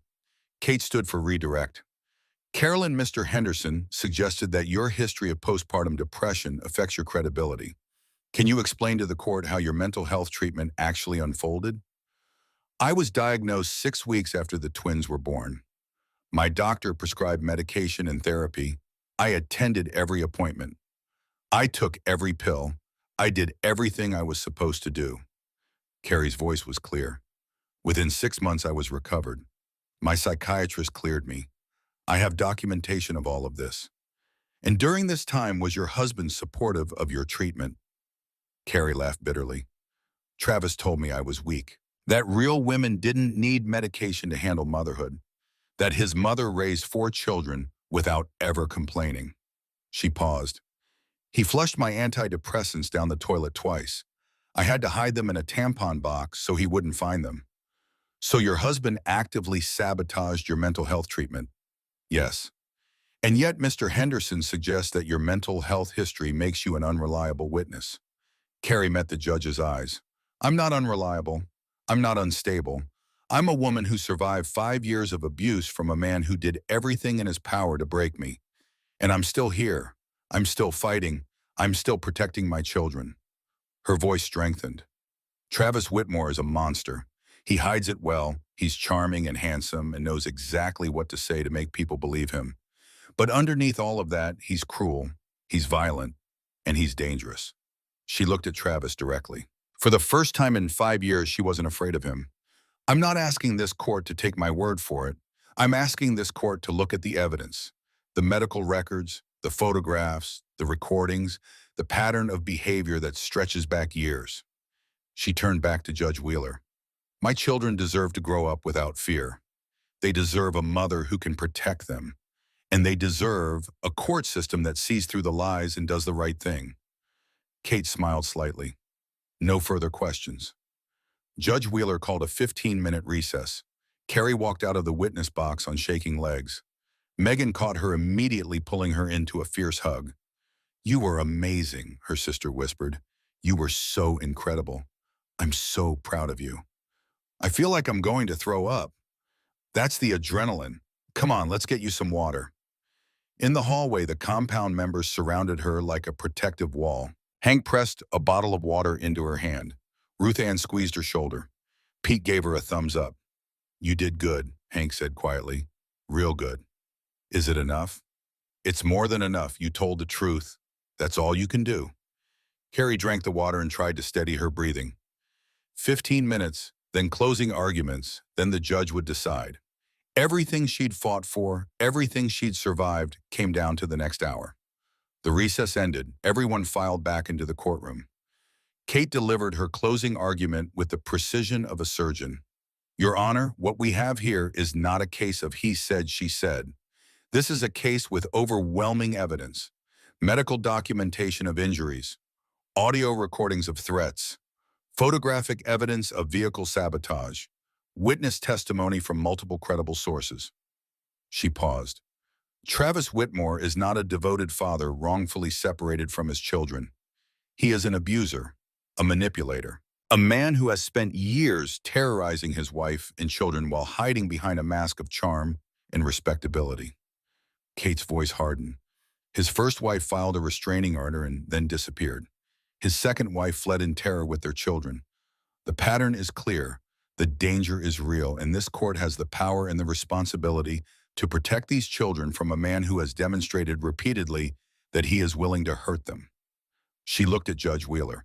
I'm asking you to grant full custody to Carolyn Whitmore, to suspend Travis Whitmore's parental rights pending criminal investigation, and to issue a permanent restraining order that will keep this family safe. She sat down. Henderson rose. His closing was polished, practiced. He painted a picture of a loving father driven to desperation by a mentally unstable wife who'd stolen his children.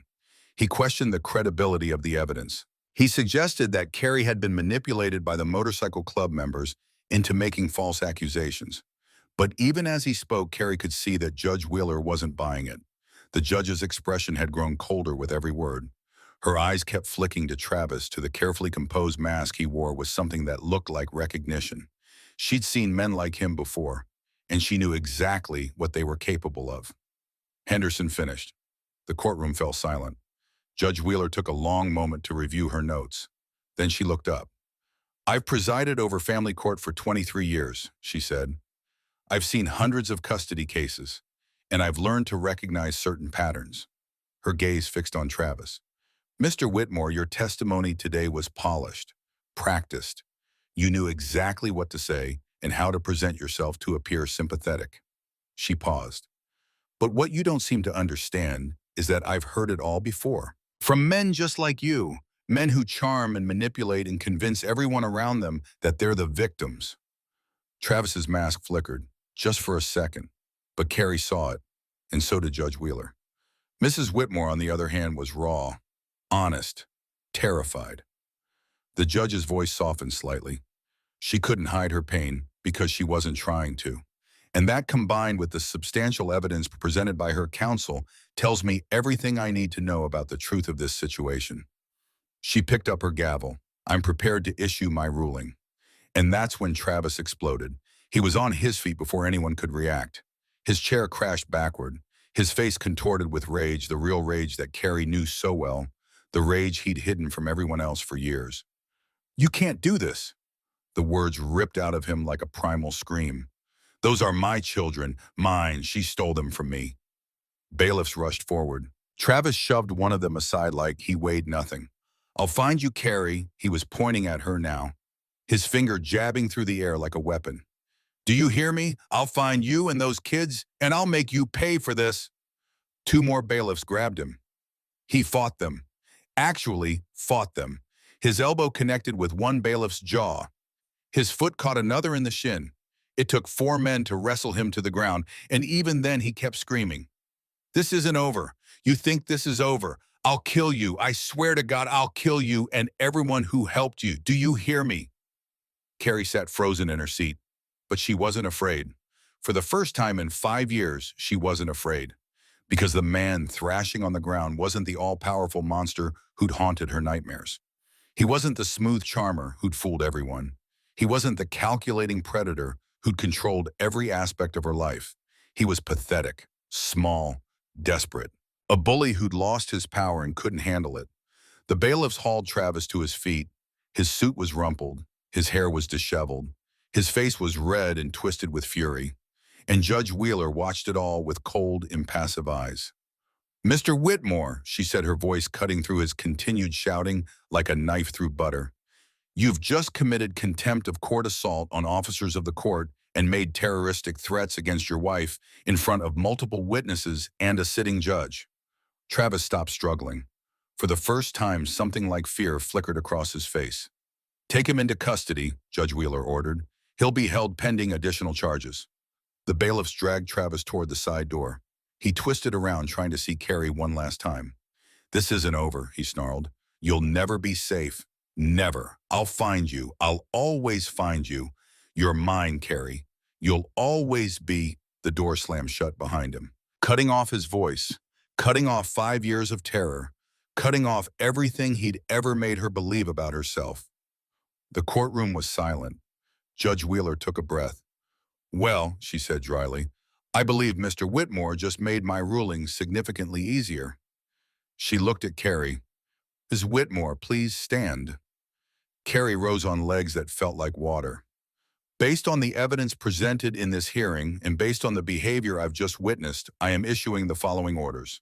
Judge Wheeler's voice was formal, official, but there was warmth beneath the formality.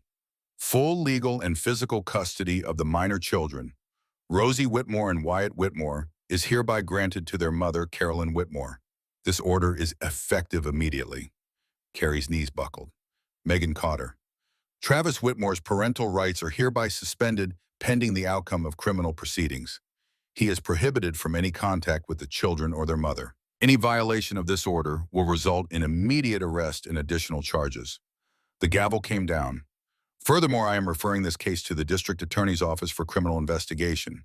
The evidence presented today, combined with Mr. Whitmore's behavior in this courtroom, suggests a pattern of domestic violence that warrants serious scrutiny." Judge Wheeler looked at Carrie directly. "Mrs. Whitmore, you showed tremendous courage today, both in leaving an abusive situation and in facing your abuser in this courtroom. I hope you find the peace and safety you and your children deserve." She stood. "Court is adjourned." Carrie couldn't move, couldn't breathe, couldn't process what had just happened. She'd won, actually won. Full custody, suspended parental rights, criminal investigation. Everything she'd been too afraid to hope for. Megan was crying and hugging her. Kate was shaking her hand and saying something about paperwork. Her father was hovering awkwardly at the edge of the group, tears streaming down his weathered face.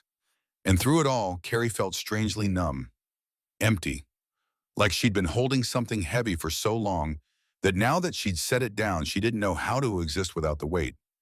Hank appeared at her side. "Hey," he said quietly. "You okay?" "I don't know." Carrie's voice sounded far away. "I don't know what I feel." "That's normal. You've been in survival mode for years. Your body doesn't know how to process safety yet." He paused. "But Carrie, you did it. You won. You're free." Free. The word felt foreign, impossible, like a language she'd forgotten how to speak.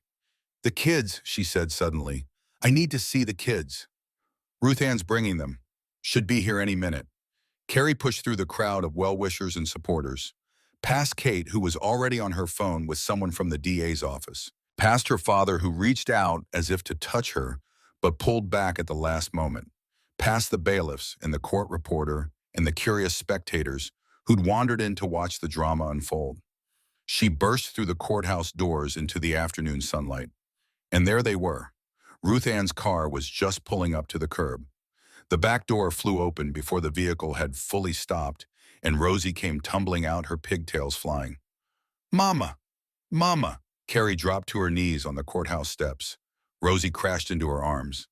Then Wyatt was there too, his small body slamming into hers with enough force to knock her backward. She held them, both of them, her babies, her everything, and for the first time in 5 years she cried. Not the quiet, hidden tears she'd learned to suppress. Not the silent sobbing in the shower where Travis couldn't hear. Real tears, loud tears, ugly, gasping, world-shaking tears that came from somewhere so deep she'd forgotten it existed. "Mama, why are you crying?" Rosie's small hand patted her cheek. "Are you sad?" "No, baby." Carrie laughed through her tears. "I'm happy. I'm so happy." "Did the judge do her job good?" "Yes, sweetheart. The judge did her job very good." Behind her, the courthouse doors opened. The compound members filed out. Hank, Bertie, Pete, Colt, and a dozen others. They formed a loose circle around Carrie and her children. Not threatening, protective, a wall of leather and steel and loyalty. Megan knelt beside her sister. "It's over, Carrie. It's really over." "I know." Carrie wiped her eyes. I can't believe it. After everything, after all these years." "Believe it," Hank's voice cut through her spiral. "And start thinking about what comes next. Because you've got a whole life ahead of you now. A life without fear." A life without fear. The concept seemed almost impossible. But looking at her children, at their bright eyes and innocent smiles, Carrie realized it was true. She was free, and nothing would ever take that freedom away again. 6 months later, Carrie stood in the doorway of her new apartment. It wasn't much. A two-bedroom unit in a quiet complex about 3 miles from the compound. Close enough to visit daily, far enough to feel like her own space. The furniture was secondhand, donated by compound members and purchased from thrift stores. The walls needed painting. The carpet had seen better days. But it was hers, all hers.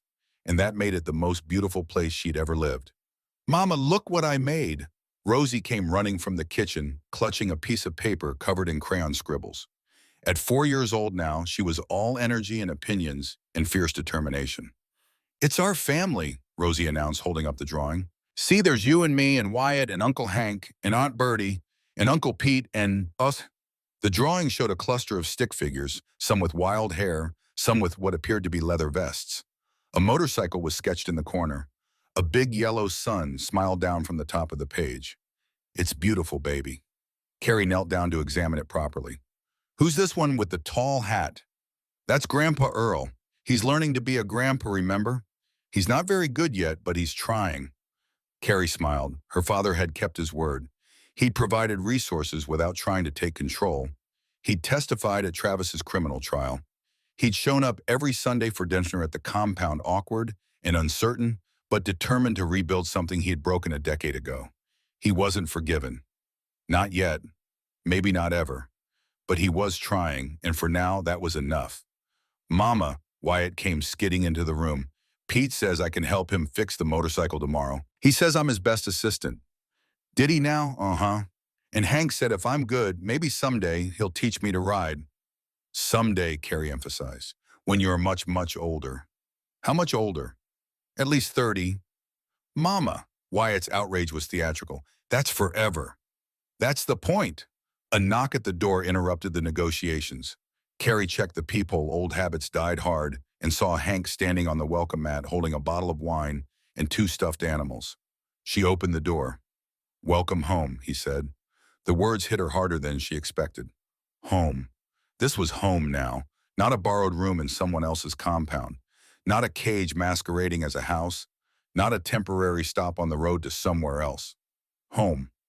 "Come in," Carrie said. "Everyone's almost here." The apartment filled up quickly. Bertie arrived with a casserole and a bottle of hot sauce. Pete brought his guitar and a bag of candy for the kids. Ruth Ann and her husband Bill carried enough food to feed an army. Megan came with her husband and their two kids, who immediately joined Rosie and Wyatt in some elaborate game involving blanket forts and stuffed animals. Her father arrived last, hovering in the doorway until Carrie nodded him inside. "I brought pie," he said awkwardly, holding up a slightly lopsided apple crumble. "I made it myself, first time. It might be terrible." "I'm sure it's fine, Dad." The words slipped out before she could stop it. Dad. She hadn't called him that in 10 years. Earl's eyes went glassy. "Thank you," he managed, "for letting me be here, for letting me try." "Don't thank me yet. You still have a lot of trying left to do." "I know," he nodded. "I know I do." But he was smiling, and so was she. The evening unfolded in a blur of noise and warmth and the easy chaos of too many people in a small space. Pete played guitar while Bertie sang off-key on purpose. Ruth Ann organized the food with the efficiency of a general commanding troops.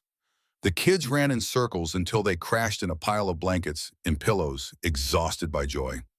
Megan sat beside Carrie on the second-hand couch, their shoulders touching. "Remember when we were kids," Megan said. "When we used to dream about what our lives would look like when we grew up." "I remember." "Did you ever imagine this?" Carrie looked around the room, at the compound members who'd become family, at her children sleeping peacefully in a home where no one would ever hurt them, at her father awkwardly trying to help Ruth Ann with dishes, at Hank sitting on the floor teaching one of Megan's kids how to make shadow puppets. "No," she admitted. "I never imagined anything like this." "Better than you dreamed," Carrie smiled. "Different, but yeah, better." Later, after the guests had gone and the kids were tucked into their beds, Carrie stood on her small balcony and looked out at the Arizona sky. The stars were brilliant tonight, scattered across the darkness like promises. She thought about everything that had led her here. The years of abuse, the terror, the pain, the moment she'd hit rock bottom in a roadside diner, desperate enough to beg a stranger for scraps. She thought about Hank's kindness, the compound's protection, the justice system that had finally done its job. And she thought about Travis. He was in prison now. The criminal trial had been brief. He'd alienated his own lawyer with his outbursts, and the evidence was overwhelming. Assault, stalking, criminal threats, evidence, tampering. He'd received 12 years. 12 years before he could hurt anyone else. The FBI investigation into his first wife was ongoing. They'd found evidence, fragments of bone, traces of blood on property Travis had once owned. A formal identification was pending. Carrie tried not to think about what that meant, about how close she'd come to the same fate. But sometimes late at night the thoughts crept in anyway. What if she hadn't left when she did? What if the car hadn't broken down near that diner? What if Hank had been like everyone else, a 48th person who looked away? The door behind her slid open. "Hey." Hank stepped onto the balcony, 2 cups of coffee in his hands. "Thought you might want this." "Thanks." She took the cup, letting the warmth seep into her fingers. "You didn't have to stay and help clean up." "Didn't have to. Wanted to." He leaned against the railing beside her. "Big night, first dinner party in your own place. I keep waiting to wake up, for all of this to disappear." "It won't. This is real, Carrie. You built this. You earned this." She shook her head. "I didn't build anything. You did. The compound did. Kate and Megan and—" "Stop." Hank's voice was gentle but firm. "You want to know what we did? We opened a door, that's all. We offered help to someone who asked for it. But you're the one who walked through. You're the one who kept fighting when everything in you wanted to give up." He turned to face her. "You asked a stranger for scraps. Do you have any idea how much courage that took, how much desperation and strength and pure stubborn will?" Carrie felt tears prickling at her eyes. "I didn't feel courageous. I felt pathetic." "Those aren't mutually exclusive." Hank smiled slightly. Most of the bravest things I've ever done felt pathetic in the moment. That's what courage is, doing the thing that terrifies you anyway. Asking for help when every instinct tells you to handle it alone. Trusting strangers when trust has only ever gotten you hurt. He paused. You did all of that, Carrie. You saved yourself. We just handed you some tools. They stood in silence for a moment. The night air was cool, clean, full of possibility. What happens now? Carrie asked. Whatever you want. That's the point. For the first time in years, you get to decide. Not Travis, not fear, not survival, just you. That's terrifying. Yeah, Hank chuckled. Freedom usually is. He finished his coffee and set the cup on the railing. I should head out, let you get some sleep. But Carrie, he stopped at the door.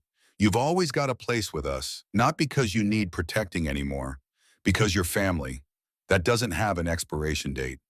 Thank you, she said, for everything, for feeding us that first day, for giving us shelter, for fighting for us when you had no reason to, for believing me when I barely believed myself. You don't have to thank me. I know, I'm doing it anyway. He smiled. Then you're welcome. And I'm glad Mr. Buttons was right about me. After he left, Carrie stayed on the balcony for a long time. She thought about the woman she'd been 6 months ago. Broken, terrified, so beaten down that she'd forgotten what hope felt like. That woman seemed like a stranger now. Not because the trauma had disappeared, it hadn't. The nightmares still came sometimes. The flinch response when someone moved too fast. The moments of panic when she couldn't immediately locate her children. But the fear no longer controlled her. She controlled it, and that made all the difference. She went inside, checked on the kids one last time. Rosie sprawled across her bed like a starfish, Wyatt clutching Mr. Buttons, who had somehow migrated from his sister's room and then climbed into her own bed. Tomorrow she had work, a real job at a small accounting firm downtown. Work she was good at, work that paid her bills and gave her purpose and reminded her every day that she was capable, competent, valuable. Tomorrow Megan was coming over for lunch. They were rebuilding their sisterhood, one conversation at a time, learning who they were as adults, healing the wounds that Travis had inflicted by isolating Carrie from everyone who loved her. Tomorrow her father was taking the kids to the zoo, a small step, a fragile bridge, the beginning of something that might someday resemble forgiveness. Tomorrow was full of possibilities, and for the first time in longer than she could remember, Carrie was looking forward to it. She closed her eyes and slept without nightmares. Sunday dinner at the compound had become a tradition. Every week the extended family gathered around the long tables in the main hall. Ruth Ann cooked enough food for an army. The kids ran wild while the adults talked and laughed and shared the small victories and struggles of their weeks. Carrie looked forward to it more than she'd ever admit. This Sunday was special. It had been exactly 1 year since she'd walked into that diner and asked a stranger for scraps. 1 year since Hank had fed her children without asking for anything in return. 1 year since she'd found the courage to stop running and start rebuilding. Ruth Ann had baked a cake. Chocolate with cream cheese frosting, Rosie Ann Wyatt's favorite. A single candle stood in the center. Speech, Bertie called out. The woman of the hour has to give a speech. Carrie laughed and shook her head. I'm not good at speeches. Doesn't have to be good, just has to be true. Everyone was looking at her. Hank, Bertie, Pete, Ruth Ann Colt, and a dozen others. Megan and her family. Earl hovering at the edge of the group, but undeniably present. Her children's faces smeared with frosting, watching their mother with curious eyes. Carrie stood. A year ago, she said slowly, I walked into a diner with my kids. We hadn't eaten in days. I had no money, no plan, no hope. She paused. I saw a man who looked like someone I should be afraid of. Leather vest, tattoos, scars. Everything about him screamed danger. She looked at Hank. But I was desperate. So desperate that I did something I never thought I'd do. I asked him for his leftovers. The room was silent. And that man, that scary-looking biker, he didn't just give me his scraps. He bought us a full meal. He asked how he could help. He brought us here to this place, to all of you. Carrie's voice thickened. I spent 5 years believing I was alone, that no one would help me, that I had to survive on my own because that's what people do. They look away. They pretend they don't see. She thought about what Hank had told her that first day in the diner. But you didn't look away. None of you did. You saw a woman at rock bottom, and instead of crossing to the other side of the parking lot, you stopped. You helped. You became the 48th person. Tears were streaming down her face now, but she didn't care. I don't know how to thank you for that. I don't think there are words big enough, but I want you to know. Her voice broke. I want you to know that you didn't just save my life. You showed me what family really means. Not blood, not obligation, choice, love, showing up for each other even when it's hard and messy and complicated. She looked at her children. My babies are going to grow up knowing that the world has good people in it, that kindness exists, that when you're at your lowest, someone might reach out and lift you up. She wiped her eyes. So thank you for feeding us, for sheltering us, for fighting for us, for teaching me that asking for help isn't weakness. It's the first step to everything else. She raised her glass of sweet tea. To family, the one we're born with and the one we choose.